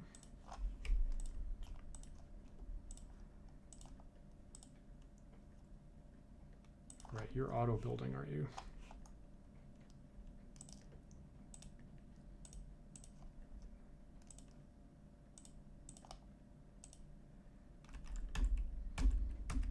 Okay, thief. Do I have space? Oh, there's a portrait I haven't seen, right? 4th level thief there. People here are dying for want of food. That's not good.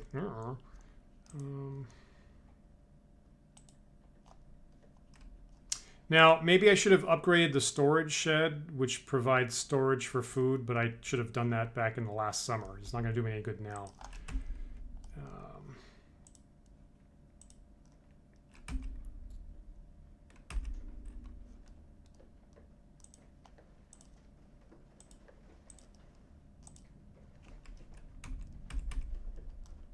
You should definitely not be home there. You are now ready. So sometimes they home themselves in these kind of bad... Why are you here? That's a cleric's chamber, but there's a mage here. That's not doing a lot of good. That's a terrible place to be home.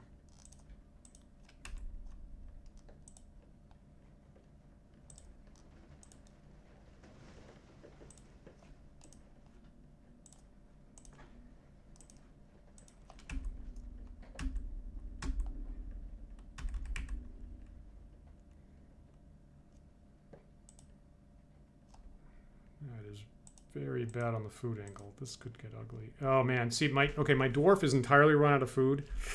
Yikes.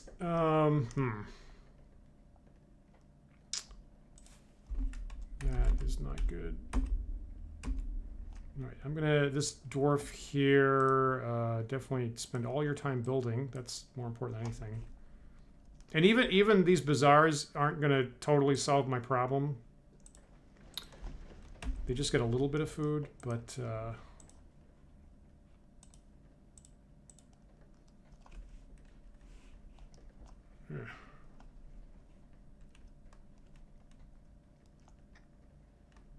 now, oh no.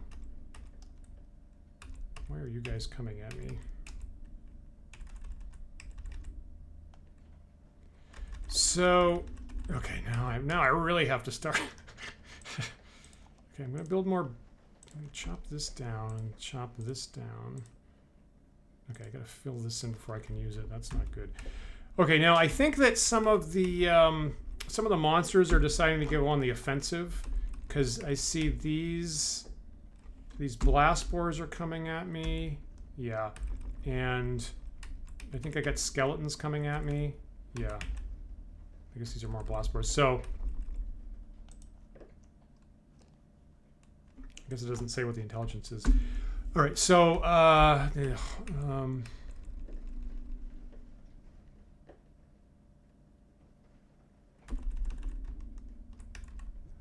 all kinds of stuff I got to handle. Okay, so where are these monsters going to start coming? So they're going to be coming around this bend, I think. So what can I do about that? So at this point in the river, if I could draw a couple people here and then set them to home, they could be used as defenders. I don't know if first level is going to do it.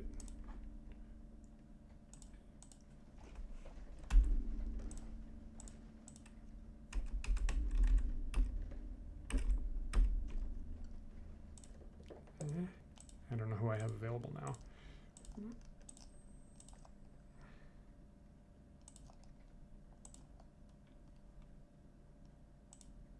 Do I not have? I guess I don't.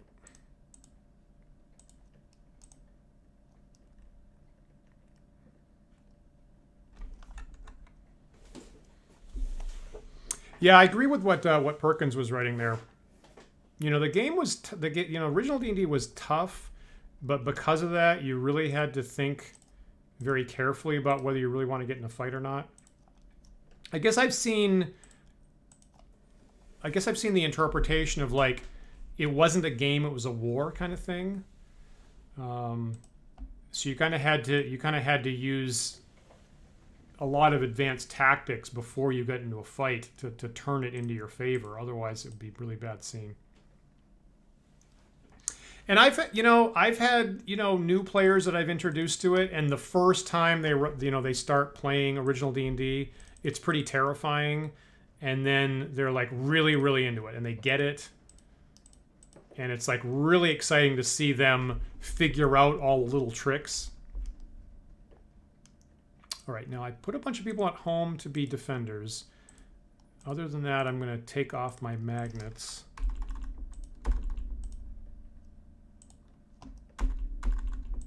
So nobody else gets attracted here. So now I can just focus on my my main army. Now, as long as I'm here, I might as well build some stuff. Oh, okay. So there's. Okay, so you see what just happened there? One blast spore showed up, and I hit it, and I lost 3 characters as a result. That's gonna be very bad.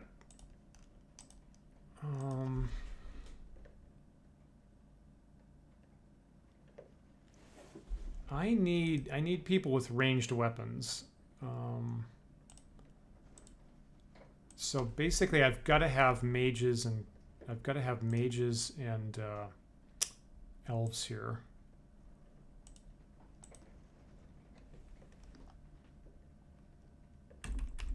Okay, so more blast spores on the way, and I just have to hope that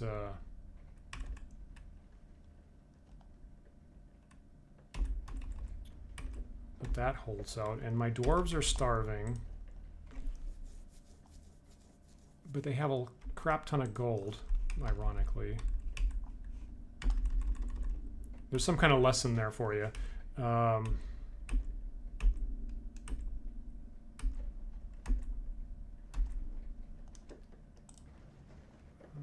guess, okay, I'm going to upgrade my farmland, which isn't going to help me this winter, but...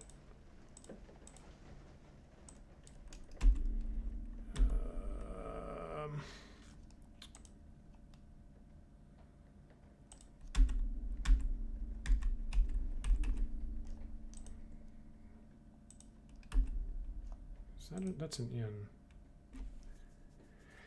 Takes 4,000 to upgrade an inn. Just because I'm wasting all this money, I'm going to do that. So take all my gold plus the community fund, upgrade that. Okay, I'm sorry that you're starving. I don't have any way of fixing that now. And my thieves are starving. Ugly. Is that it? And my mages are starving. My elves are also starving unexpectedly. My clerics, not yet. Okay. So that's what the winters normally like, right? Last winter was very, very easy for me. This winter is much, much worse. Largely because I was spending my time fighting instead of building the city. So every single group is now starving, except for the cleric. Totally out of food, not enough to feed my people, and the as a result, my popularity rating is 33%. Notice that my city blocks are way above what I need to get promoted, but my popularity is way in the tank because of this winter situation. So maybe once it rolls around to spring, people will forgive me. I hope. Would be nice. And meanwhile, there's fighting.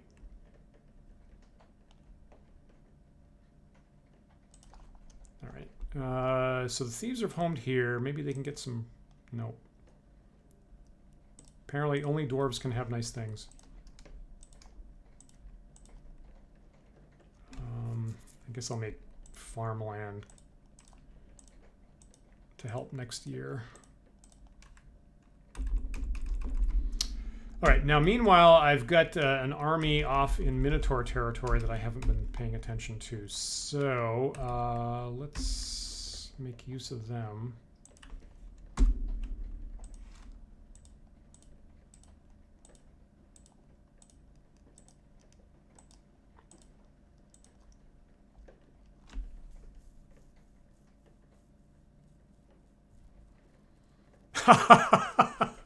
Perkins, I just read your had a character fall down a trap to another level, and then potentially not bother to go down to save him. A possibly good choice.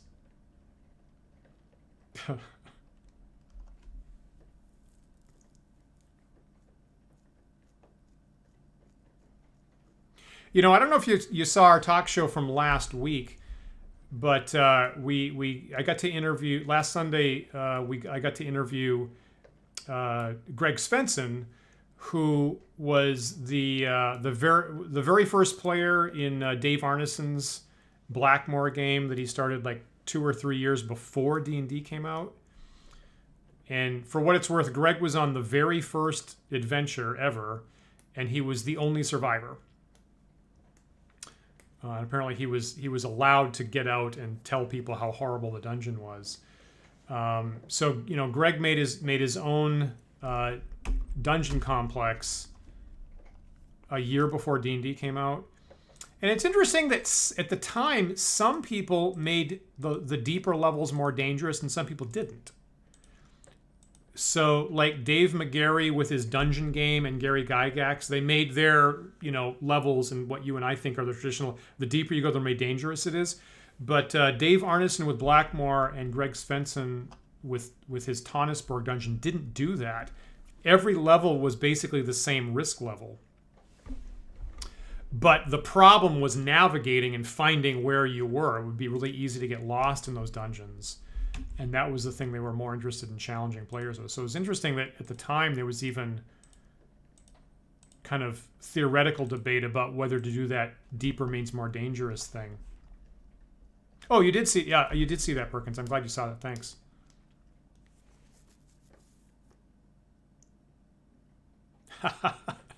Adam, I just saw you get hit by a fireball and get naked in 2nd edition. Awesome. Awesome. That's great. That's great. I was just earlier tonight, I was talking with Griff Morgan, who's the publisher for that. I should tell him that. That's awesome.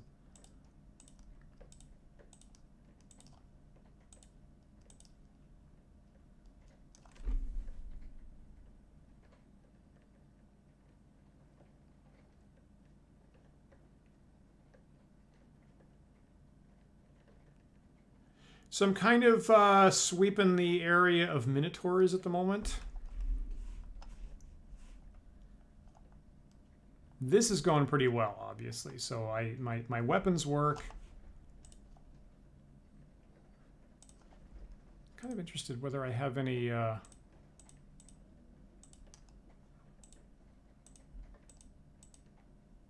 upgrades to my weapons for my dwarves at this point.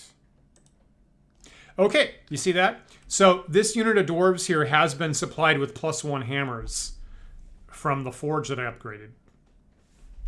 So over time, the forge will be supplying my dwarves with magic weapons, and at least that unit now could go fight the whites if I wanted to. I hear that, right? It's a fancy book. They made it very high end. I totally hear that.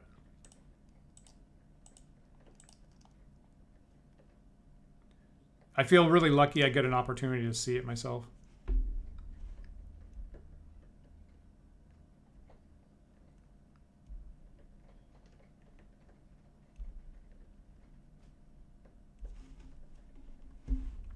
You know, we're probably going to have a number of guest interviews in the next couple of weeks kind of like that, as a matter of fact. So I think, not totally confirmed, but I think this Sunday we're going to be talking to the people from Goodman Games that makes Dungeon Crawl Classics.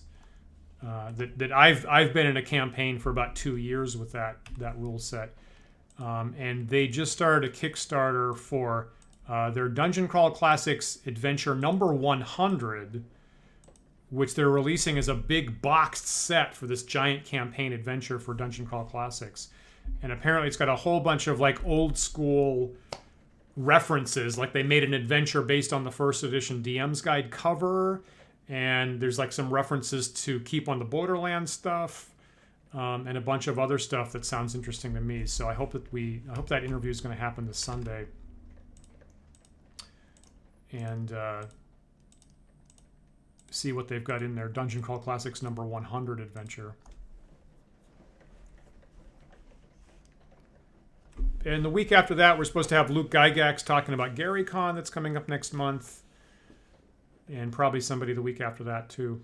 We don't always do interviews, but it's kind of a busy month for people's projects. Right. Yeah, the particularly weird thing, Adam, is the spells, of course, in DCC. And that's kind of the great thing about DCC, and it's also kind of the overwhelming thing. And when we were playing, like, every single spell takes up a whole page with their complicated table of random effects, and it's kind of cool, but we were printing a lot of paper to keep track of that at the table, I will admit. Other than that, there's a lot of really neat things that Joe Goodman did with that game.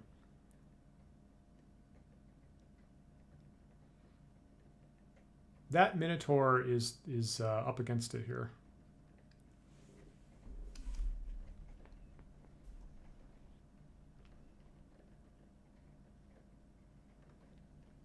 Now, the Minotaur's breaking out of the web pretty easy, but... All right, that worked. So, obviously, you can see the season just rolled into spring. So, I wonder how I'm going to go check on my my leaders are doing. Okay, so yeah, so my popularity just bumped up because all the food came up and people aren't starving, et cetera, et cetera. So... if I'm not crazy, I feel like I ought to get a promotion here. Right? I have enough city blocks and I have enough popularity.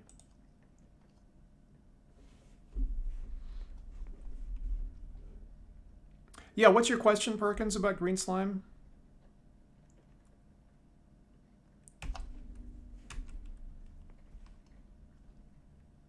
There's the Minotaur.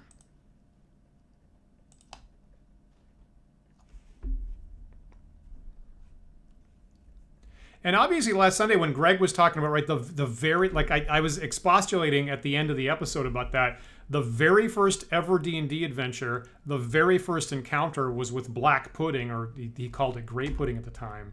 And so I guess that those slime monsters apparently are from Dave Arneson, having recently watched the Blob movie, I guess, is what they told me.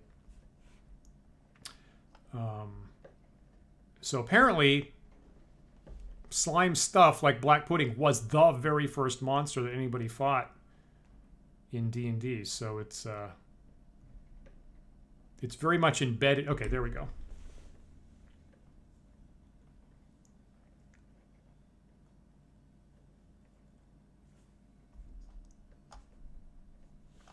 All right, so I just got promoted from Duke to Archduke.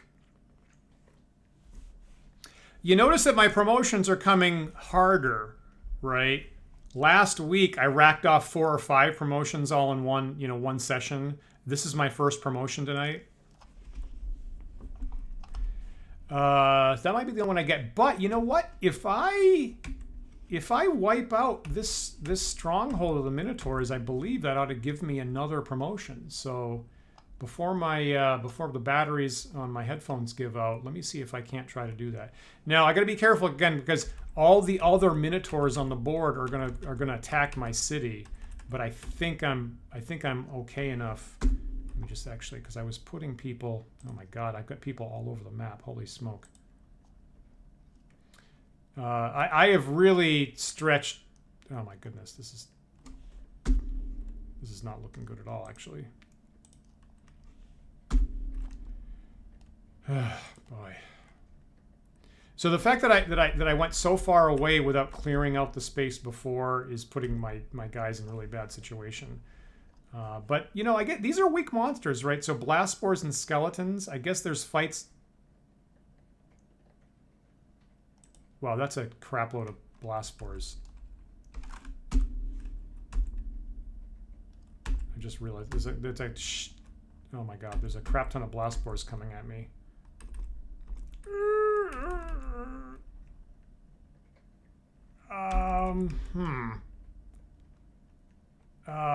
Okay. This show might end on a cliffhanger because I'm gonna have to go. Okay, so here's my plan. Okay, so I'm gonna take my army. I'm gonna wipe out the Minotaur Keep. I'm gonna wipe that out. It should give me a promotion. Kill these Minotaurs, and then while the other Minotaurs run for my city, the army goes back to town and tries to hold off the blast spores. Okay, so there's my master plan. Let's see if I can at least get part of it going. Yeah, there's an entire hillside of blast spores coming up my city. That is bad news. And you saw that a single one of them just auto-killed like 3 characters. Oh my goodness. Okay, so here I'm going for a big fight with Minotaurs. I need a whole lot of people here.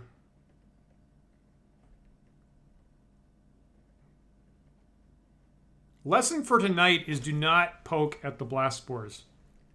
Because apparently they're vengeful bastards. Okay, I need a lot more people coming in here. Okay, I'm going to go look at a different space and wait for my army to link up.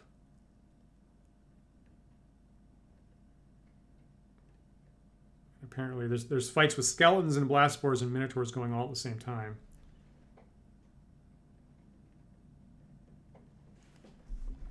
My dwarf's probably wasting money. Yeah, okay, so my dwarf... So I've got mines that are wasting money because I'm not spending that. I'm going to very quickly go over here and upgrade something for my dwarfs.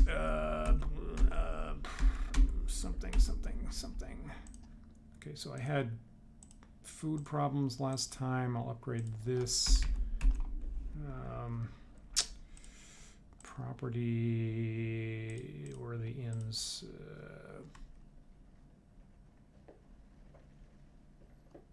Right, highlighted in red. Okay, so these places are inns of the dwarf. So upgrade this. That's fine. Okay, so I spent the money. Now, go look at the fight with the Minotaurs, which is happening here. Which apparently I'm losing. Apparently that's not to my favor. I thought that I might be okay there. I guess the Minotaurs are too tough. Oh, that's a shame.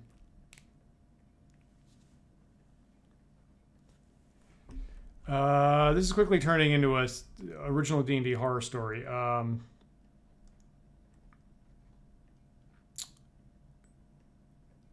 Okay, so just looking at that thermometer, that's way not in my favor. So I'm going to knock off targeting this space. I'm going to try to withdraw my army over here.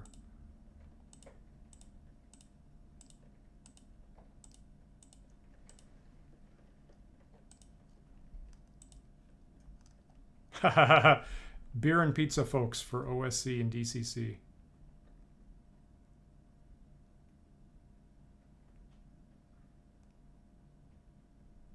I have some very sharp plays. I have some very sharp plays when I play original D&D that are like really laser focused on winning, and I kind of like it.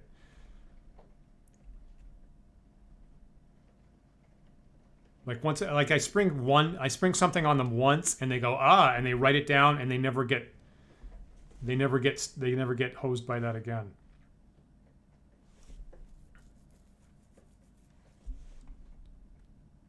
I'm not sure I can actually pull out of the fight. I might not have any characters to pull out of the fight. Seems like I have 5 clerics there.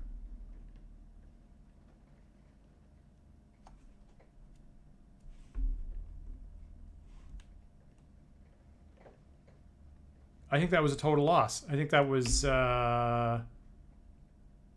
I guess I can't pull these guys out of the fight reasonably.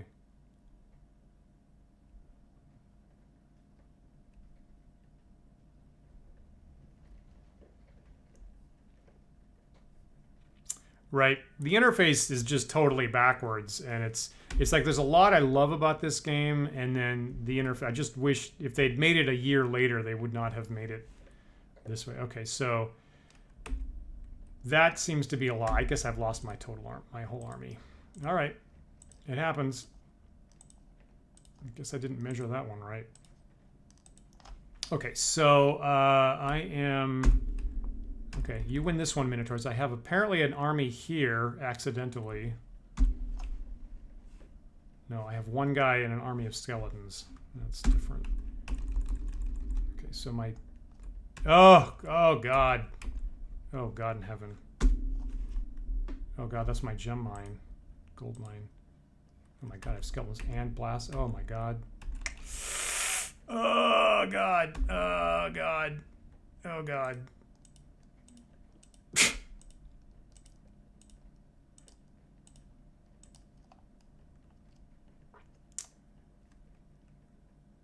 Well, this is very bad. Oh my God, that's inns and mines, and I'm getting invaded. Oh God. The skeletons, I should be able to hold off, but the blast spores are going to be real miserable. What am I going to do?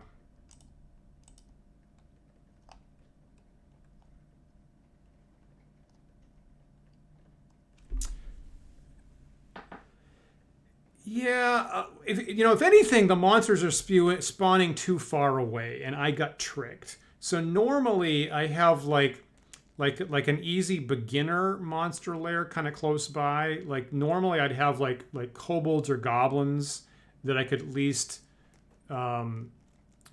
start off fighting and get some experience for my army.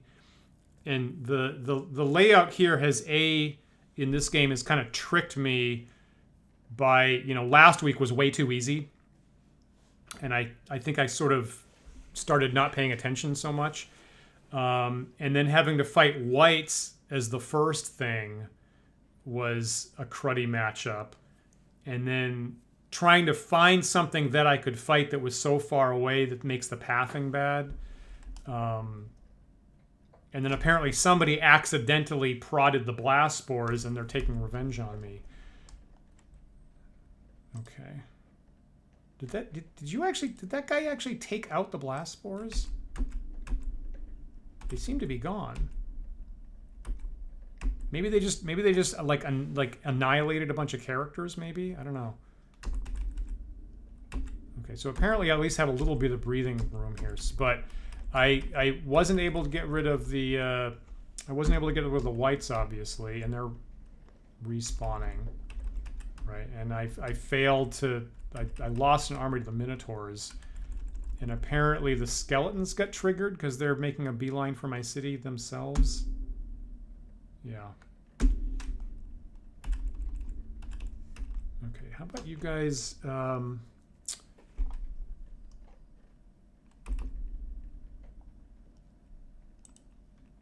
now I have to make sure I don't have the magnets on here any longer.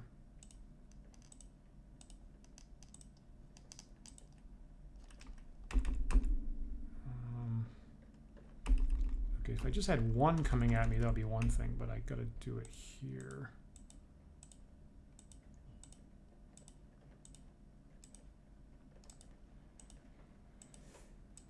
Okay, now the other thing I gotta make sure that they didn't kill the character that was maintaining the buildings in one space, because then the buildings start degrading on their own.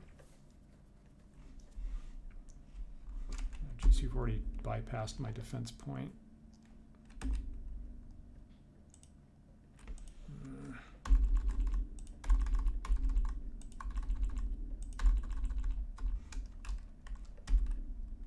God damn it. Here? Can I... Is that...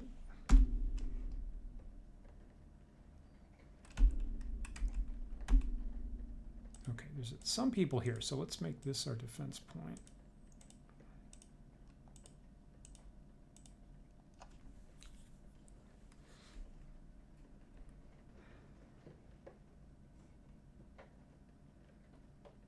Oh, that's handy.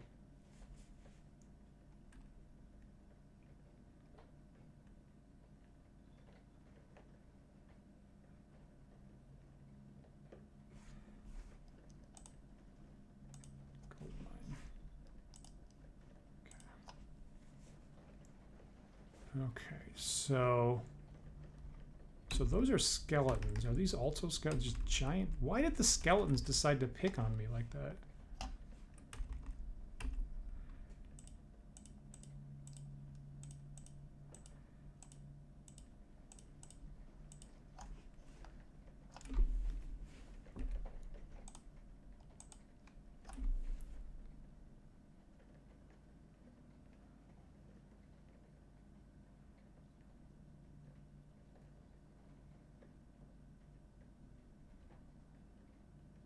I need to destroy the Black Cauldron.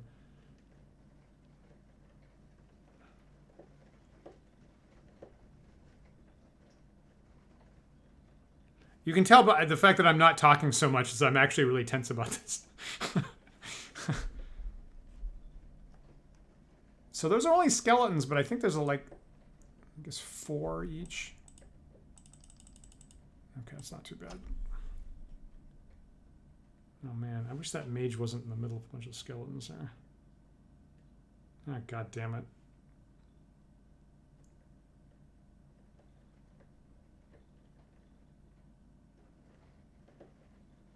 Now here's that the elves have bows, right? So for some stuff, it would be better to have mages and elves to use ranged weapons.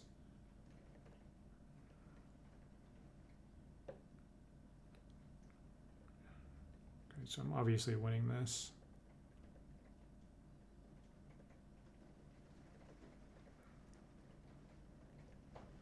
Yeah.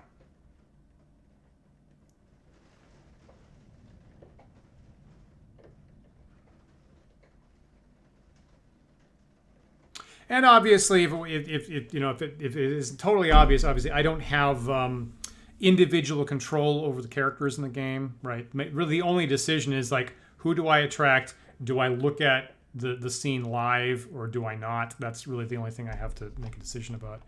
So that's gonna. There's more skeletons that are gonna keep showing up here and hopefully getting destroyed. While these guys, okay, that's bad because I have 2 mines and they're getting. You see the health of my mine there, 8 out of 10. That's getting degraded. This is getting degraded. My inn, which I spent 2,000 gold on, is getting degraded. That I hate. This sucks. I need to take that space back. That's, I guess those are just iron mines, but still. So that's been the main problem, is that when they invade your city and wipe out the character that's maintaining it, then everything else starts just rotting away.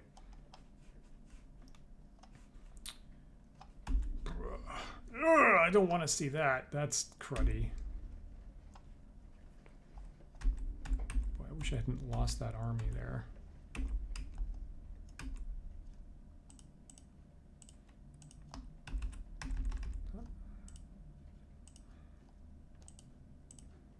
So I'm trying to find people that I can pull into the fight. Whatever.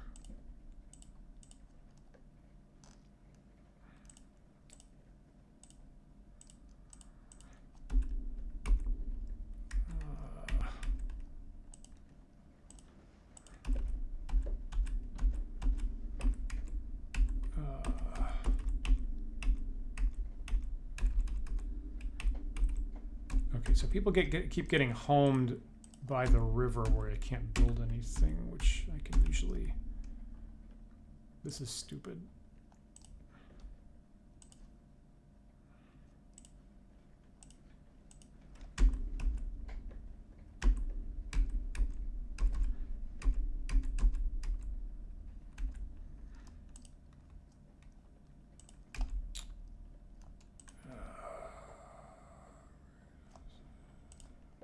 Storage shed.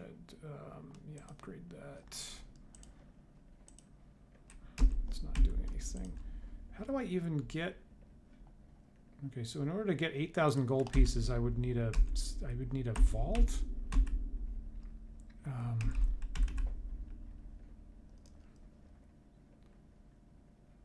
You see that? You see that inn's getting rapidly degraded. 22 out of 30 hit points there. I really don't want to lose those mines. That would really suck.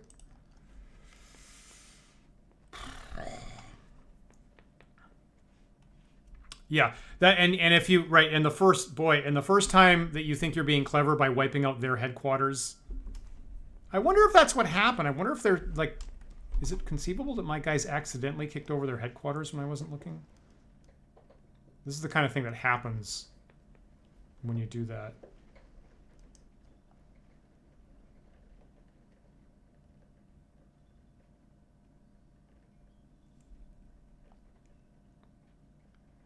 The thermometer looks really bad, but I think that it's creeping in my direction as they get wiped out.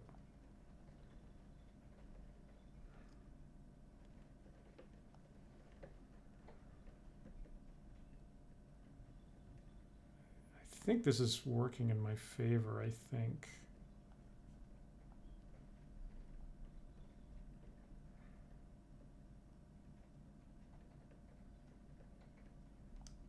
Just need like a dwarf character here to take the space back. I don't...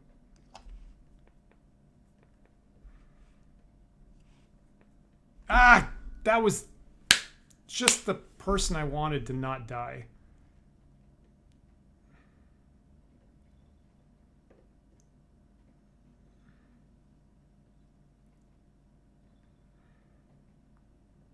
Also, don't fight multiple monsters at once. You don't want to have multiple monsters doing this at the same time. Boy, this is tough.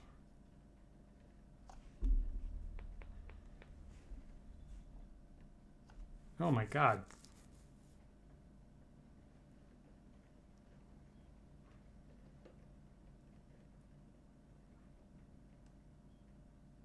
Oh man. There's just too many of these guys. That's degrading. This is all being ruined. Oh man. All these fields are dying. Oh my god. Oh my god.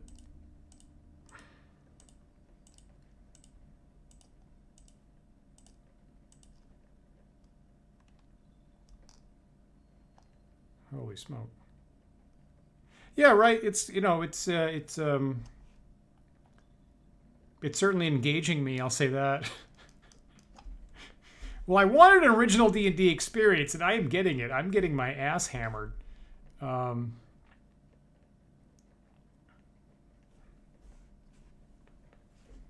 man.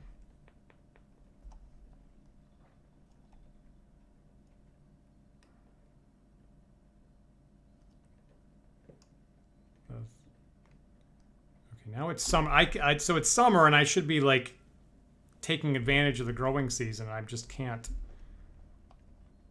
I just want everybody here. Boy, I really don't want to lose those inns that I paid a bunch of money for.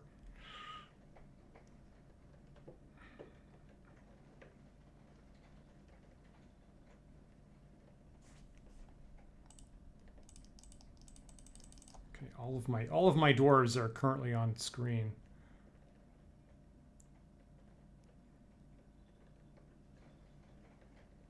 Okay, I'm glad the cleric's on the scene.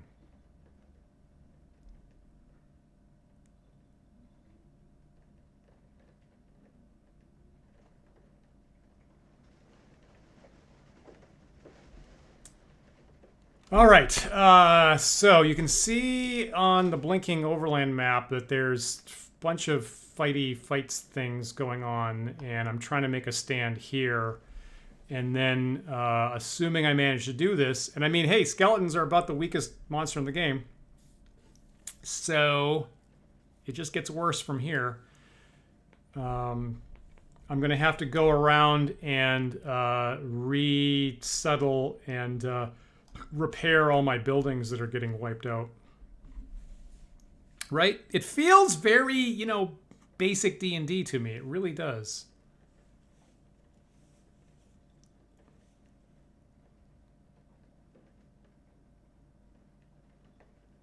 Okay. So I'm going to... Okay, so I at least won that. I'm going to go save the game. I'm going to take this opportunity to save this game as now Archduke Helgar. I guess I'll put it here. And that's I'm gonna call that a night. So my power on my earbuds is going off here. So Perkins and Adam, thanks for watching that. So I guess I'll come back next week and I'll try to rebuild, having had a TPK on my expeditionary army tonight, and getting mob stormed by both blast spores and a giant army of skeletons. So I'll have to try to finish fighting that off, resettle, rebuild, and see if I can get the last couple of steps up toward Emperor next game. So hope that was interesting. Getting familiar back with Stronghold and getting familiar with how the fighting works. It works poorly sometimes. It works not in the player's favor, as you saw. Right. So and maybe you guys will join us on Sunday when we interview the DCC guys. I'm pretty sure we're going to have them there. So if not, have a good weekend, and maybe I'll see you next Thursday for more streaming from the Elder Times. Thanks a bunch, guys. Take care.